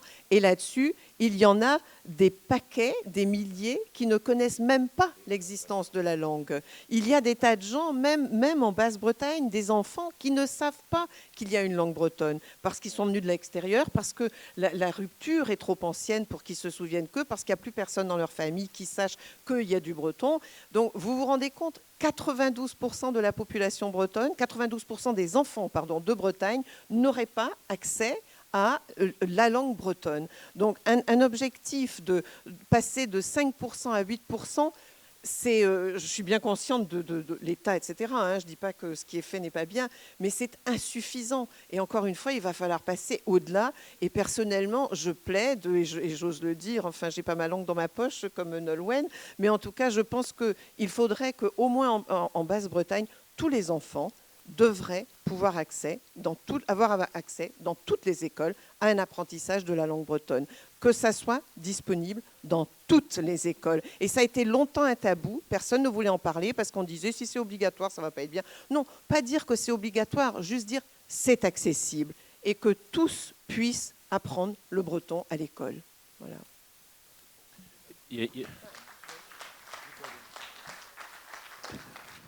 Aujourd'hui, dans la convention spécifique, ce dispositif est également prévu. Mais c'est toujours... Je souscris à nouveau à ce qui a été dit par Nolwenn par rapport après à la présence dans la vie quotidienne, c'est indispensable. Mais avec la base qui est celui de l'enseignement, c'est prévu aujourd'hui dans la convention spécifique et par le dispositif de la loi Molac, qui est la généralisation de l'enseignement de la langue bretonne. En Finistère, par exemple, 100%. Mais pour faire en sorte qu'il y ait 100% de capacité à toucher l'ensemble des enfants, il faut qu'on ait avant les formateurs et les enseignants. Voilà. Et c'est là le souci qu'on est. Et c'est là que le rectorat a bien compris qu'on était fragile, parce qu'on n'a pas la compétence. Nous, la question est de savoir si on se substitue ou pas. Aujourd'hui, ça émaille toutes les discussions un peu au Conseil régional, dans tous les groupes politiques. Et moi, je l'entends. il faudrait aujourd'hui qu'on obtienne, et c'est ce que je pense que c'est la suite du débat sur les moyens politiques qu'il faut obtenir pour viser l'objectif et l'atteindre, c'est le rapport de force politique. Parce qu'il faut que ce rapport nous soit favorable pour qu'on puisse obtenir les moyens nécessaires pour avoir les enseignants nécessaires également pour ensuite atteindre les objectifs des 30 000 enfants scolarisés. Ouais, je voulais réagir juste à deux choses. D'abord sur ce qu'a dit Rosen par rapport aux affaires de 30 000 locuteurs, etc. Donc il faut savoir quand même que d'après l'UNESCO, hein, on considère qu'une langue sort de la zone rouge quand elle a 30% de locuteurs dans une tranche d'âge. Donc je pense que c'est cet objectif à terme qu'il faut viser. 30% d'une tranche d'âge qui soit locuteur. Pour rebondir sur ce qu'a dit Christian Troidec sur l'enseignement, hein, donc, qui est la suite, la mise en œuvre de la loi Molac, enfin, d'un des articles de la loi Molac. Donc, comme je l'ai dit tout à l'heure, hein, dans le Finistère, il y a déjà, et c'est une bonne chose, hein, une chose très positive, un dispositif d'initiation qui est mis en œuvre depuis plus de 20 ans par des associations qui travaillent tous les jours dans les écoles.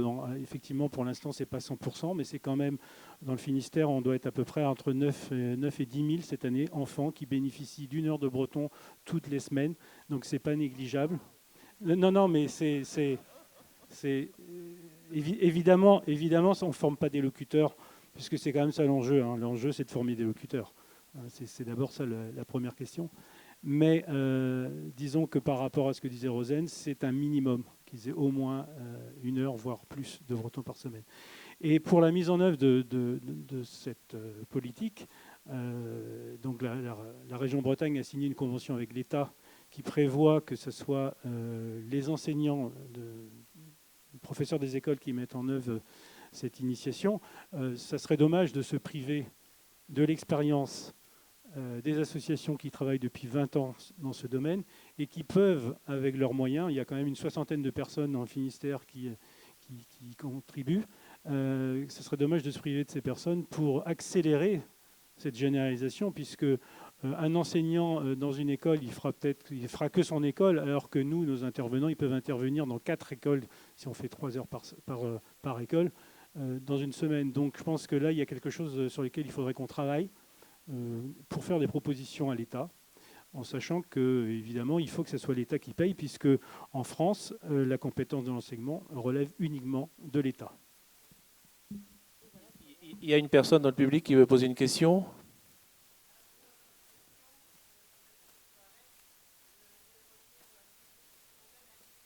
Tout le monde entend bien? Oui. Non.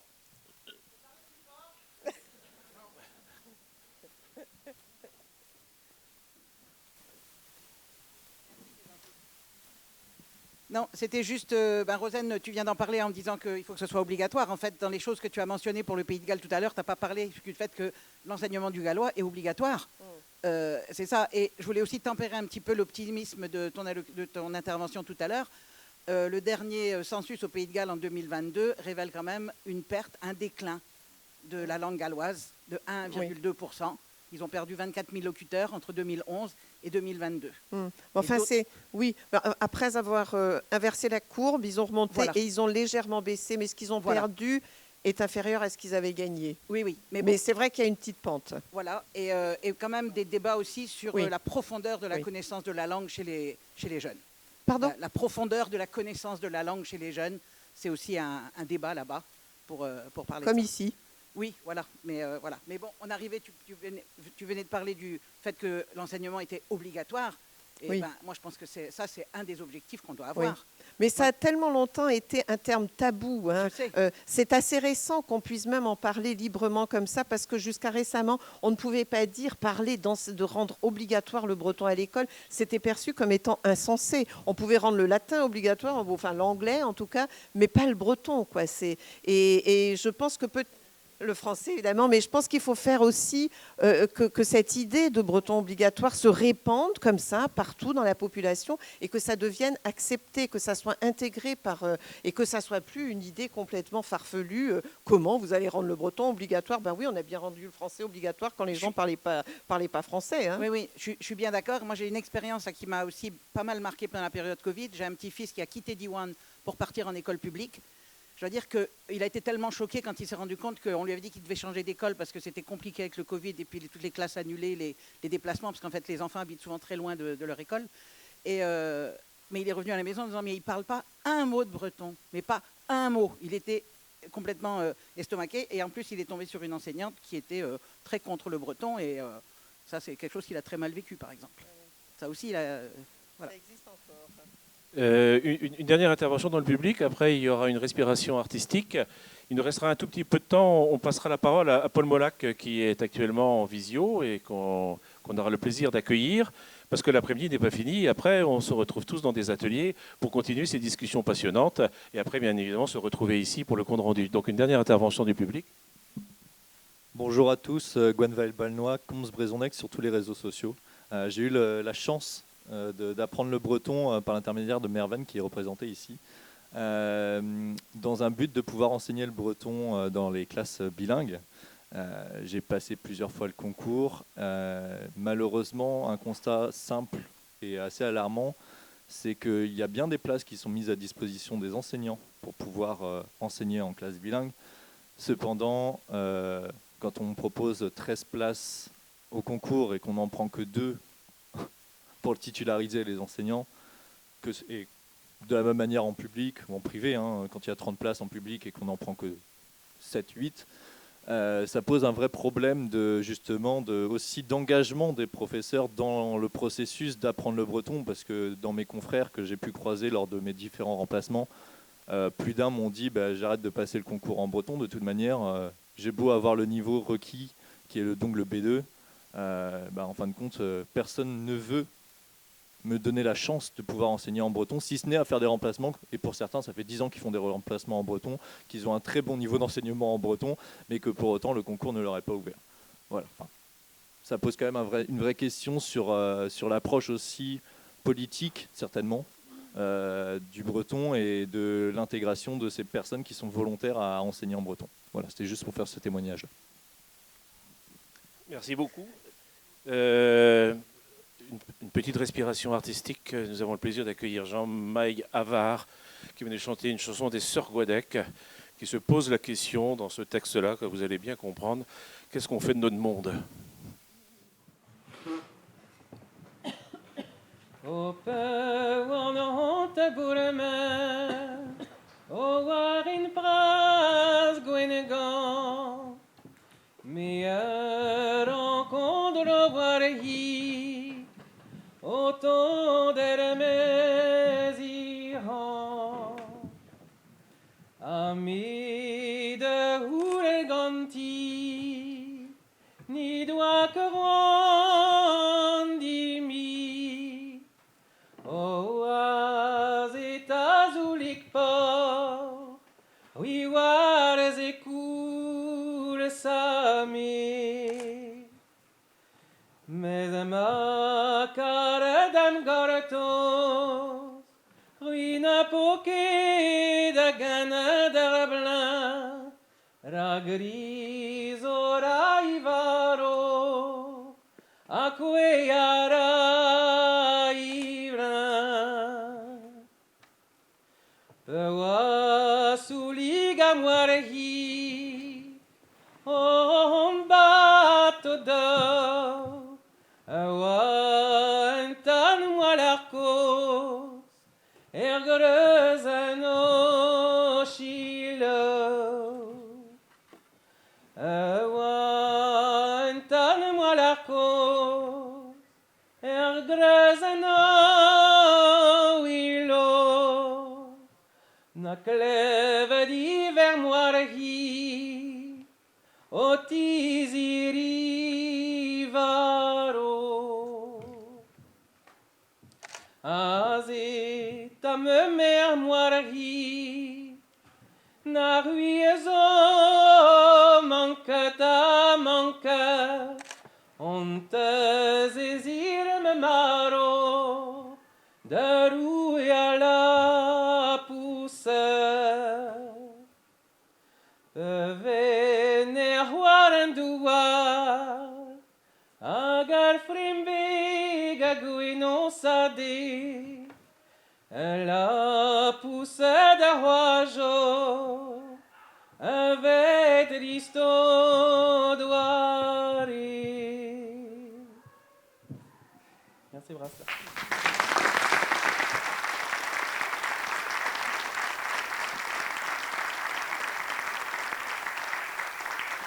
Nous avons beaucoup échangé autour de la langue, c'est évident, mais la langue et la culture et tout ce qui va avec, dans Agavotte, l'un à côté de l'autre, bras dessus, bras dessous, tout est associé. Dans les ateliers, on parlera peut-être de tous les autres aspects de la culture aussi, bien évidemment, mais les deux sont indissociables. On parle beaucoup de biodiversité, mais je pense que tout ça, c'est la biodiversité. Nous sommes dans cette biodiversité. Nous ne sommes pas à côté. Nous sommes des gens de nos paysages, de nos territoires, de nos terroirs, comme le terroir et nous-mêmes. On va pouvoir accueillir peut-être Paul Molac pour son intervention. Et il nous restera encore un tout petit peu de temps pour faire un mot final tous. Et après, on sera à peu près dans les temps pour se répartir dans les ateliers et continuer ces discussions qui, j'espère, vous semblent motivantes. Paul, bonjour. Ja, aber devis wat tu du, mon aramat ganarson. Ja, mon ara, bon. Et bon, alors Anthony m'avait chargé de faire un peu une synthèse. Et donc, avec ce que j'ai entendu, la première chose que j'aurais tendance à vous dire, c'est que nous sommes à plusieurs niveaux différents, au niveau politique et au niveau administratif. Alors, évidemment, vous avez parlé de la loi, vous avez parlé de la Convention, et en particulier, Christian nous a bien expliqué la politique de la Bretagne, de la région Bretagne actuelle. Rosenbillin nous a parlé de l'audiovisuel, de l'UNESCO. En fait, ce qu'il faut savoir, c'est que si on veut faire une politique linguistique, il faut que tous ces différents niveaux fonctionnent le mieux possible. Quand je dis le mieux possible, vous savez qu'on est dans un État qui ne reconnaît aucune minorité, donc c'est déjà pas facile. Deuxièmement, les pouvoirs des collectivités locales sont limités, et en particulier dans un domaine qui est très important, c'est celui de l'enseignement. Donc, il faut faire avec. Et évidemment, ça nous retarde.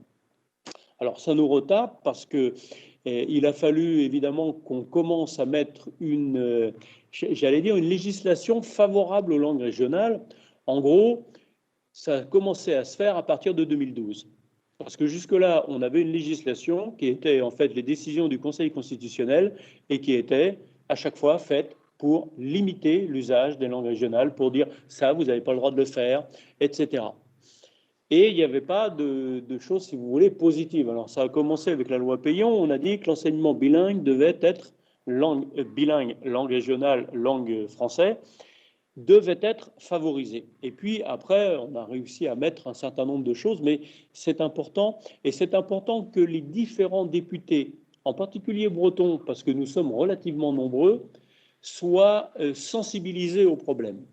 Donc, il y a ce travail que nous avons à faire au niveau de l'État français pour bien lui expliquer que nous ne nous plaisons pas dans la place qui a été faite à nos langues et qu'il a tout intérêt à changer de braquet à ce niveau-là parce que c'est quelque chose qui est évidemment profondément culturel, que c'est quelque chose qui apaise les citoyens et c'est une ouverture, c'est un plus.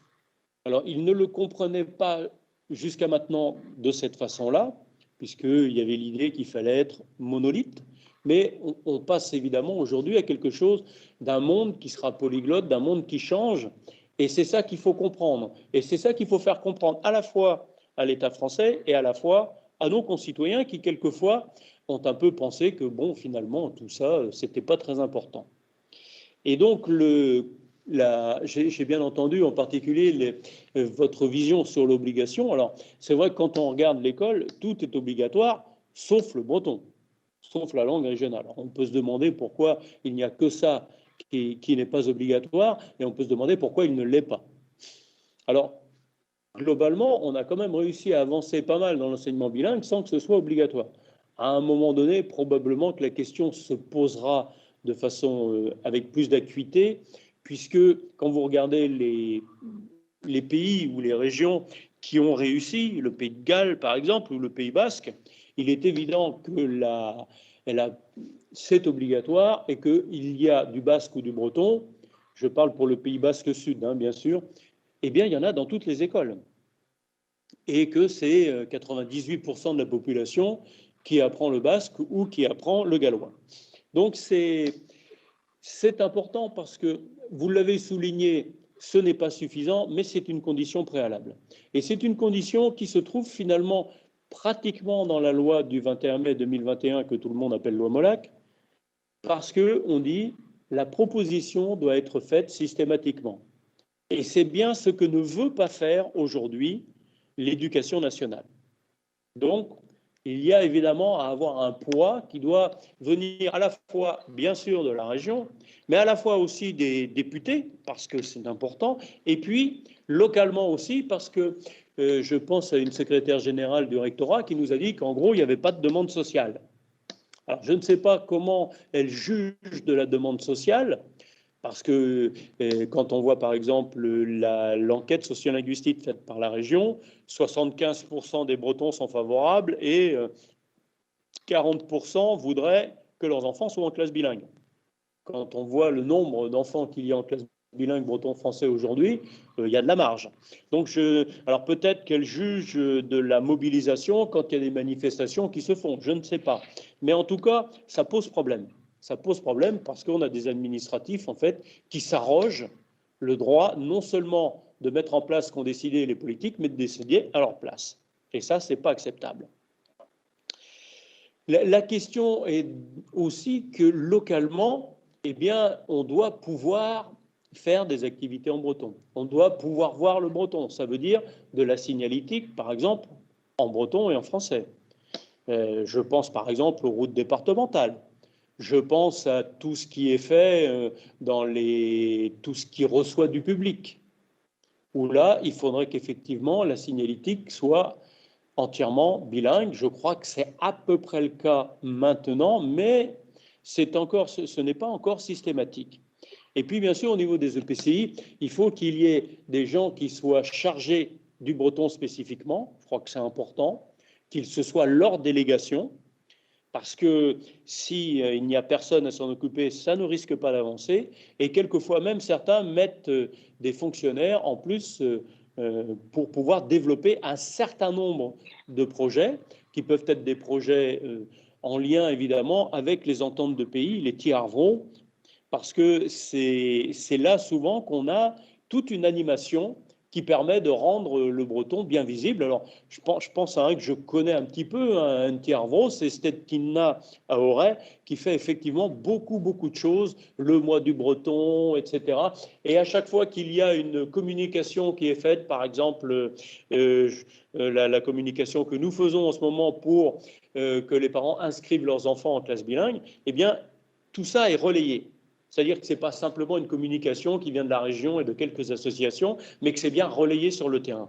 Donc, vous voyez bien, c'est cet ensemble-là qui est important de faire marcher ensemble. Et chacun, en fait, épaule l'autre, et ça donne tout simplement de la crédibilité, ça donne aussi de l'efficacité. Parce qu'au niveau des politiques publiques sur le breton, on est en train de les construire. Ça met du temps. Ça met du temps parce qu'il faut aussi que les citoyens voient ce qui est fait et puis finit par trouver ça bien. Parce qu'au début, par exemple, la signalétique, il y en a quelques-uns qui disaient « Oh, c'est pas très bien, ça, c'est pas comme ça qu'il faudrait faire, etc. » Aujourd'hui, on a de moins en moins de problèmes. Donc, il faut aussi qu'on habitue la population. Et ça, c'est pour ça que ces assises que vous faites, et je pense qu'il y a un certain nombre d'élus locaux ou de personnes qui tout simplement sont attachées aux Bretons dans leur commune, eh bien c'est important que chacun amène sa pierre à un moment donné à cet édifice.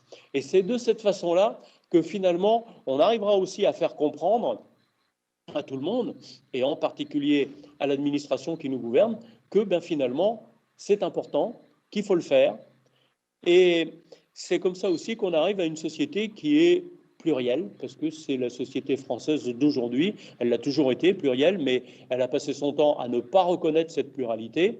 Et aujourd'hui, eh bien, on commence à mettre des choses dans la loi, dans un certain nombre de règlements, qui font que oui, la société devient plurielle, à la fois au niveau culturel, à la fois au niveau linguistique.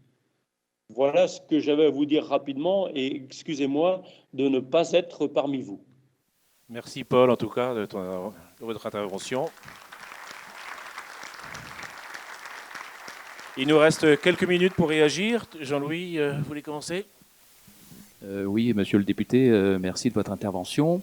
Pour notre modeste communauté de communes, je dis, la charte hier à Brezonec a été utile puisque notre groupe de travail langue et culture bretonne issu de la commission culture, en fait, hein, des gens motivés, certains sont enseignants de langue bretonne par exemple,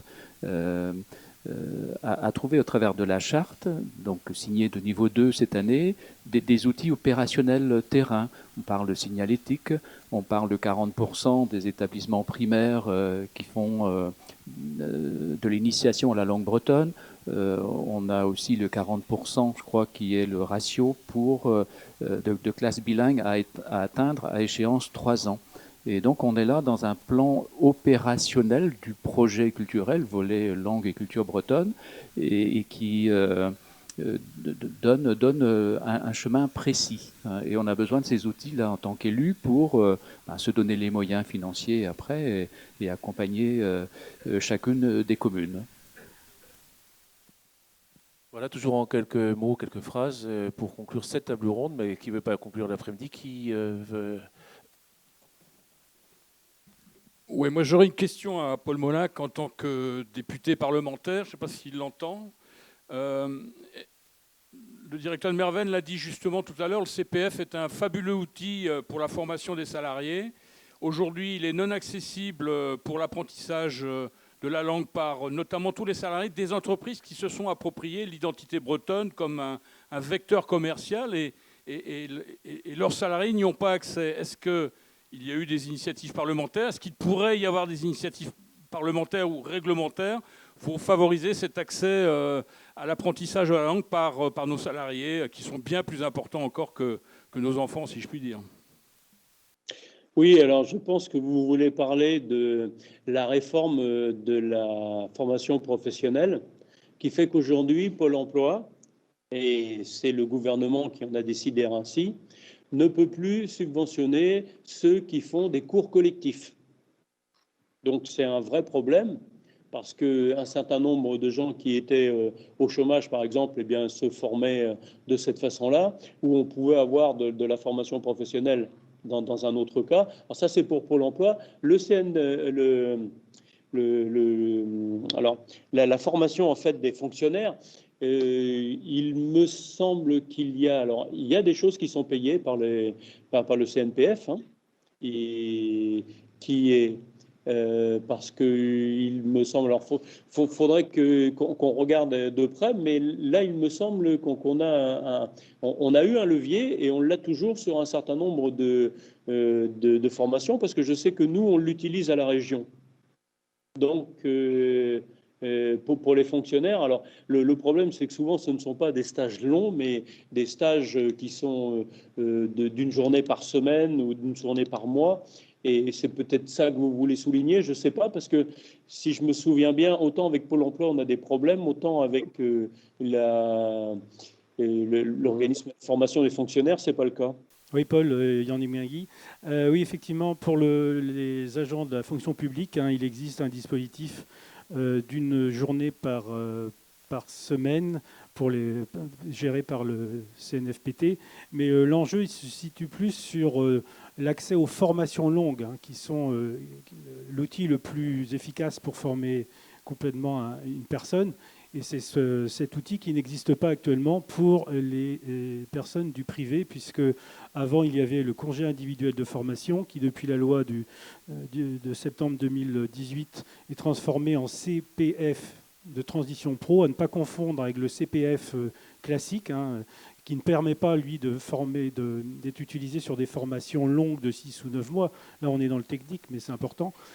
Par contre, effectivement, ce qu'il nous faudrait, c'est que la région Bretagne obtienne la création d'un fonds à partir de France Compétences, hein, puisque c'est France Compétences qui gère les fonds de la formation, qui soit fléché sur les salariés pour, au minimum, on commencerait peut-être par former, avoir une centaine de places et pour petit à petit pouvoir se développer en sachant que l'enjeu c'est de payer le coût de formation et payer le salaire pendant 9 mois de la personne qui part en formation. Merci Yannick. Peut-être le mot de la fin, mais il y aura plein de discussions. Autrement, il y aura une pause tout à l'heure. Audrey, un petit mot. C'est pas simple de passer après tout ce qui a été dit. On enlève breton, on met béarnais. Je pense qu'on a exactement la même discussion. On est exactement dans la même situation. Alors, je ne sais pas pourquoi, hein, j'arrive encore à être optimiste. Voilà, parce que mon fils est en calandrette, parce que je suis vice-présidente de la Ciutat, parce que je vois beaucoup d'initiatives. En effet, prioriser l'enseignement, c'est un choix, mais on se rend bien compte, et on a tous, j'enfonce une porte, c'est que tout doit être fait en même temps. Et que moi, mon fils est en calandrette, mais il ne peut pas aller acheter le pain en béarnais. Voilà, il peut l'acheter en anglais, peut-être, à Pau, ça va aller. Et en effet, il faut des lieux où on parle. Donc là, je reviens, je prêche pour ma paroisse. Des lieux où on parle, c'est des lieux ouverts. On a encore des outils. On peut encore bénéficier d'appuis publics pour pouvoir mettre en place ces outils-là. Nous, à Pau, il y a cette expérience-là. C'est le temps qui va nous dire si on a eu raison et si c'était efficace. Et si c'est trop court, là, ça fait 2 ans qu'on a inauguré. On ne peut pas vous dire qu'on a révolutionné la culture et la langue bretonne, non même pas, béarnaise à Pau, mais il y a quelque chose qui se passe. On essaye que ceux qui font déjà se réapproprient ces outils, parce que comme on le dit, il y a cette...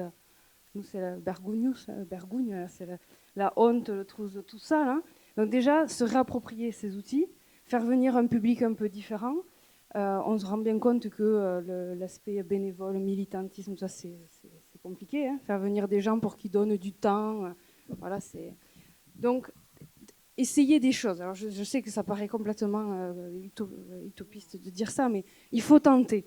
Et là, on tente, et peut-être qu'on fera un bilan hein, dans 2 ans, dans 3 ans. Je regarde Marie Liadoy, directrice par intérim de la Ciutat en ce moment. On tente des choses, c'est pas toujours facile. Il y a des moments où on se dit, de toute façon, on n'y arrivera pas. Et puis, il y a des fois, on a des petites victoires. Voilà. Nous, notre petite victoire, c'est quand on se retrouve et qu'on a notre café plein à minuit, 1h du matin, plein de gens qui chantent, avec des jeunes, des vieux, des petits, des grands. Bon, alors c'est un tout petit truc, hein, c'est rien du tout. Hein. Et qui parlent en béarnais, qui parlent un peu comme ils peuvent, et qui parlent, voilà. Comme dit mon fils, moi j'ai un niveau petite section, voilà, mais malgré tout, de plus avoir honte et d'essayer.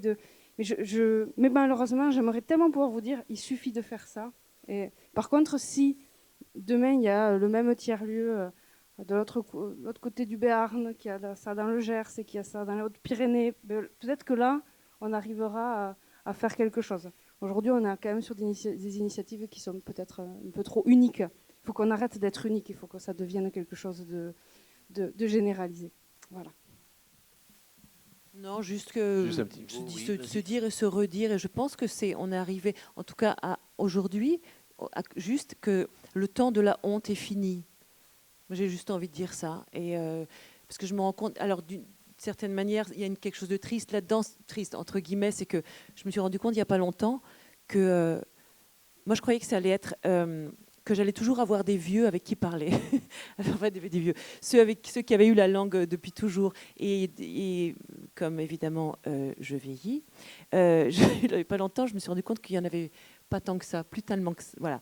Mais en même temps, la honte est aussi partie avec il y a quelque chose de double tranchant, ce qui fait que c'est juste que la honte est finie et qu'en tout cas il faut se le rappeler régulièrement et y aller comme tu dis, et que c'est le quotidien aussi qui fait, nos petites choses du quotidien peuvent faire beaucoup de choses aussi, pour finir sur un truc un peu sympa.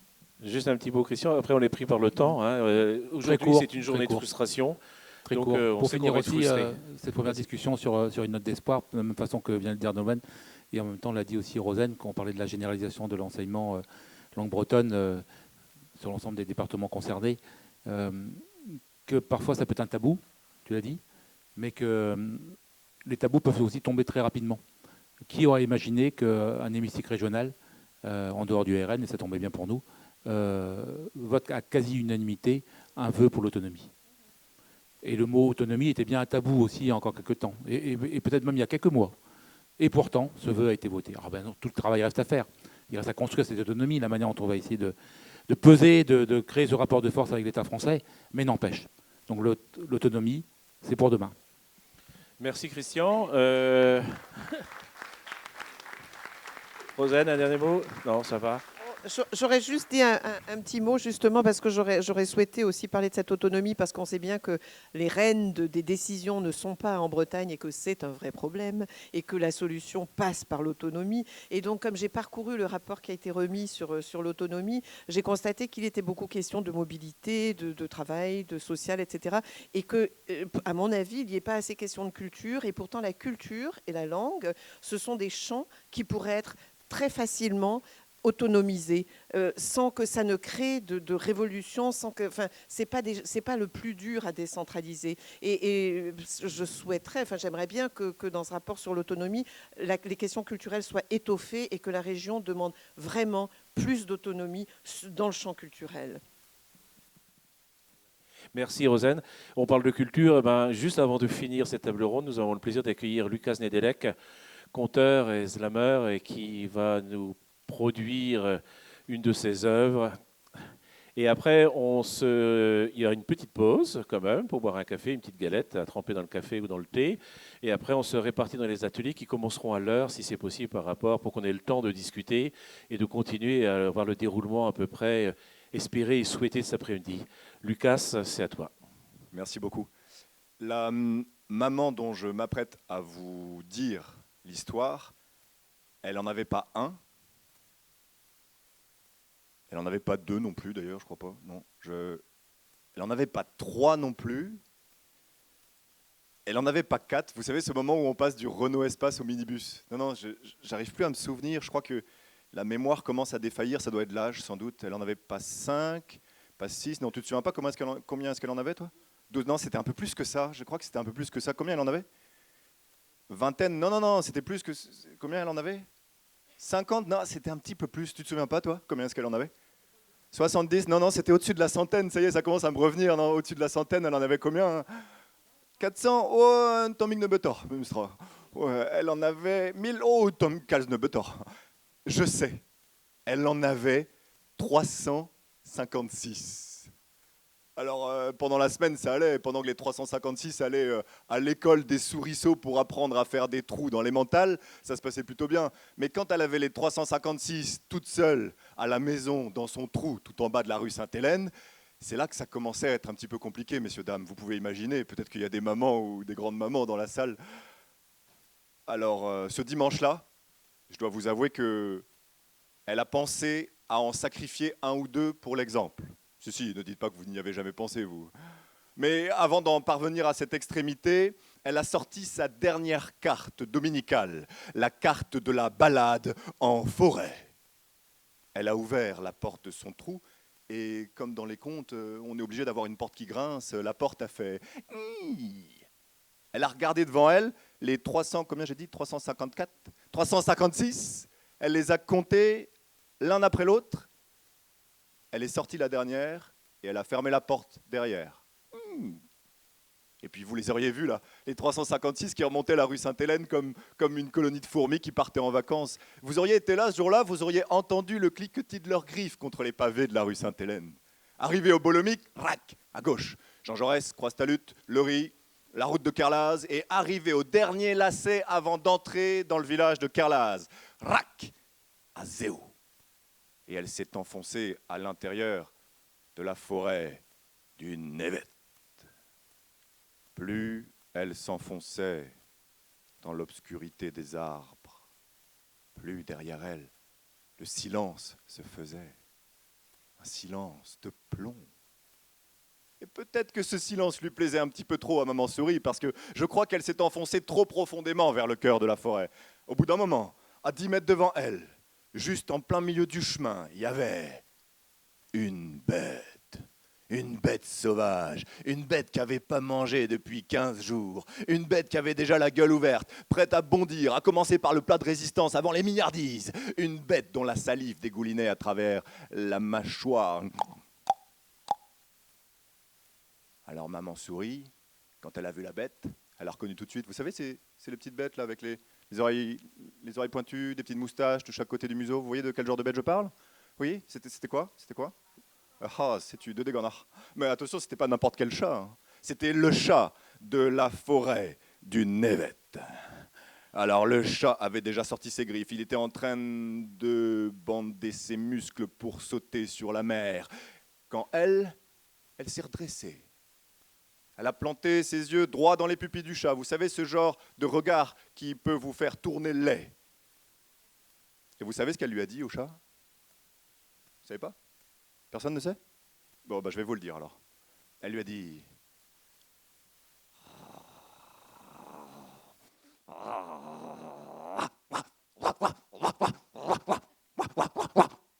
Eh, tu rigoles, mais le chat, lui, il n'a pas rigolé. Hein. Il a ramassé la queue entre ses jambes et au-dessus du talus, il a disparu en continuant à zigzaguer entre les troncs des arbres. Maman sourit. Elle était fière, mais pas téméraire. Elle a fait demi-tour, elle est retournée en direction de Kerlaz et rac, le riz, Croix-Stalut, Jean Jaurès, Sainte-Hélène, rac, le Bolomique à droite et tout en bas de la rue. Elle a ouvert la porte de son trou, elle les a comptés les uns après les autres, et il y en avait 356. Elle a fermé la porte derrière elle, et elle les a regardés droit dans les yeux. Cette fois-ci, le genre de regard qui ressemblait plutôt à une caresse, avec tout l'amour et toute la fierté qu'il peut y avoir dans le cœur des mamans. Et vous savez ce qu'elle leur a dit à ce moment-là? Dans la sécurité et la chaleur du foyer familial. Elle leur a dit, vous voyez, les enfants, à quoi ça sert d'être bilingue? Merci Brasse.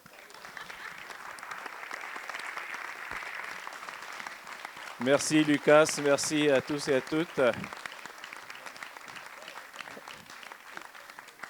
On se prend une petite pause et on recommence les ateliers à l'heure dite.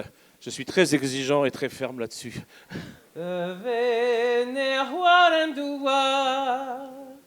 Agar frimbi gaguino sadi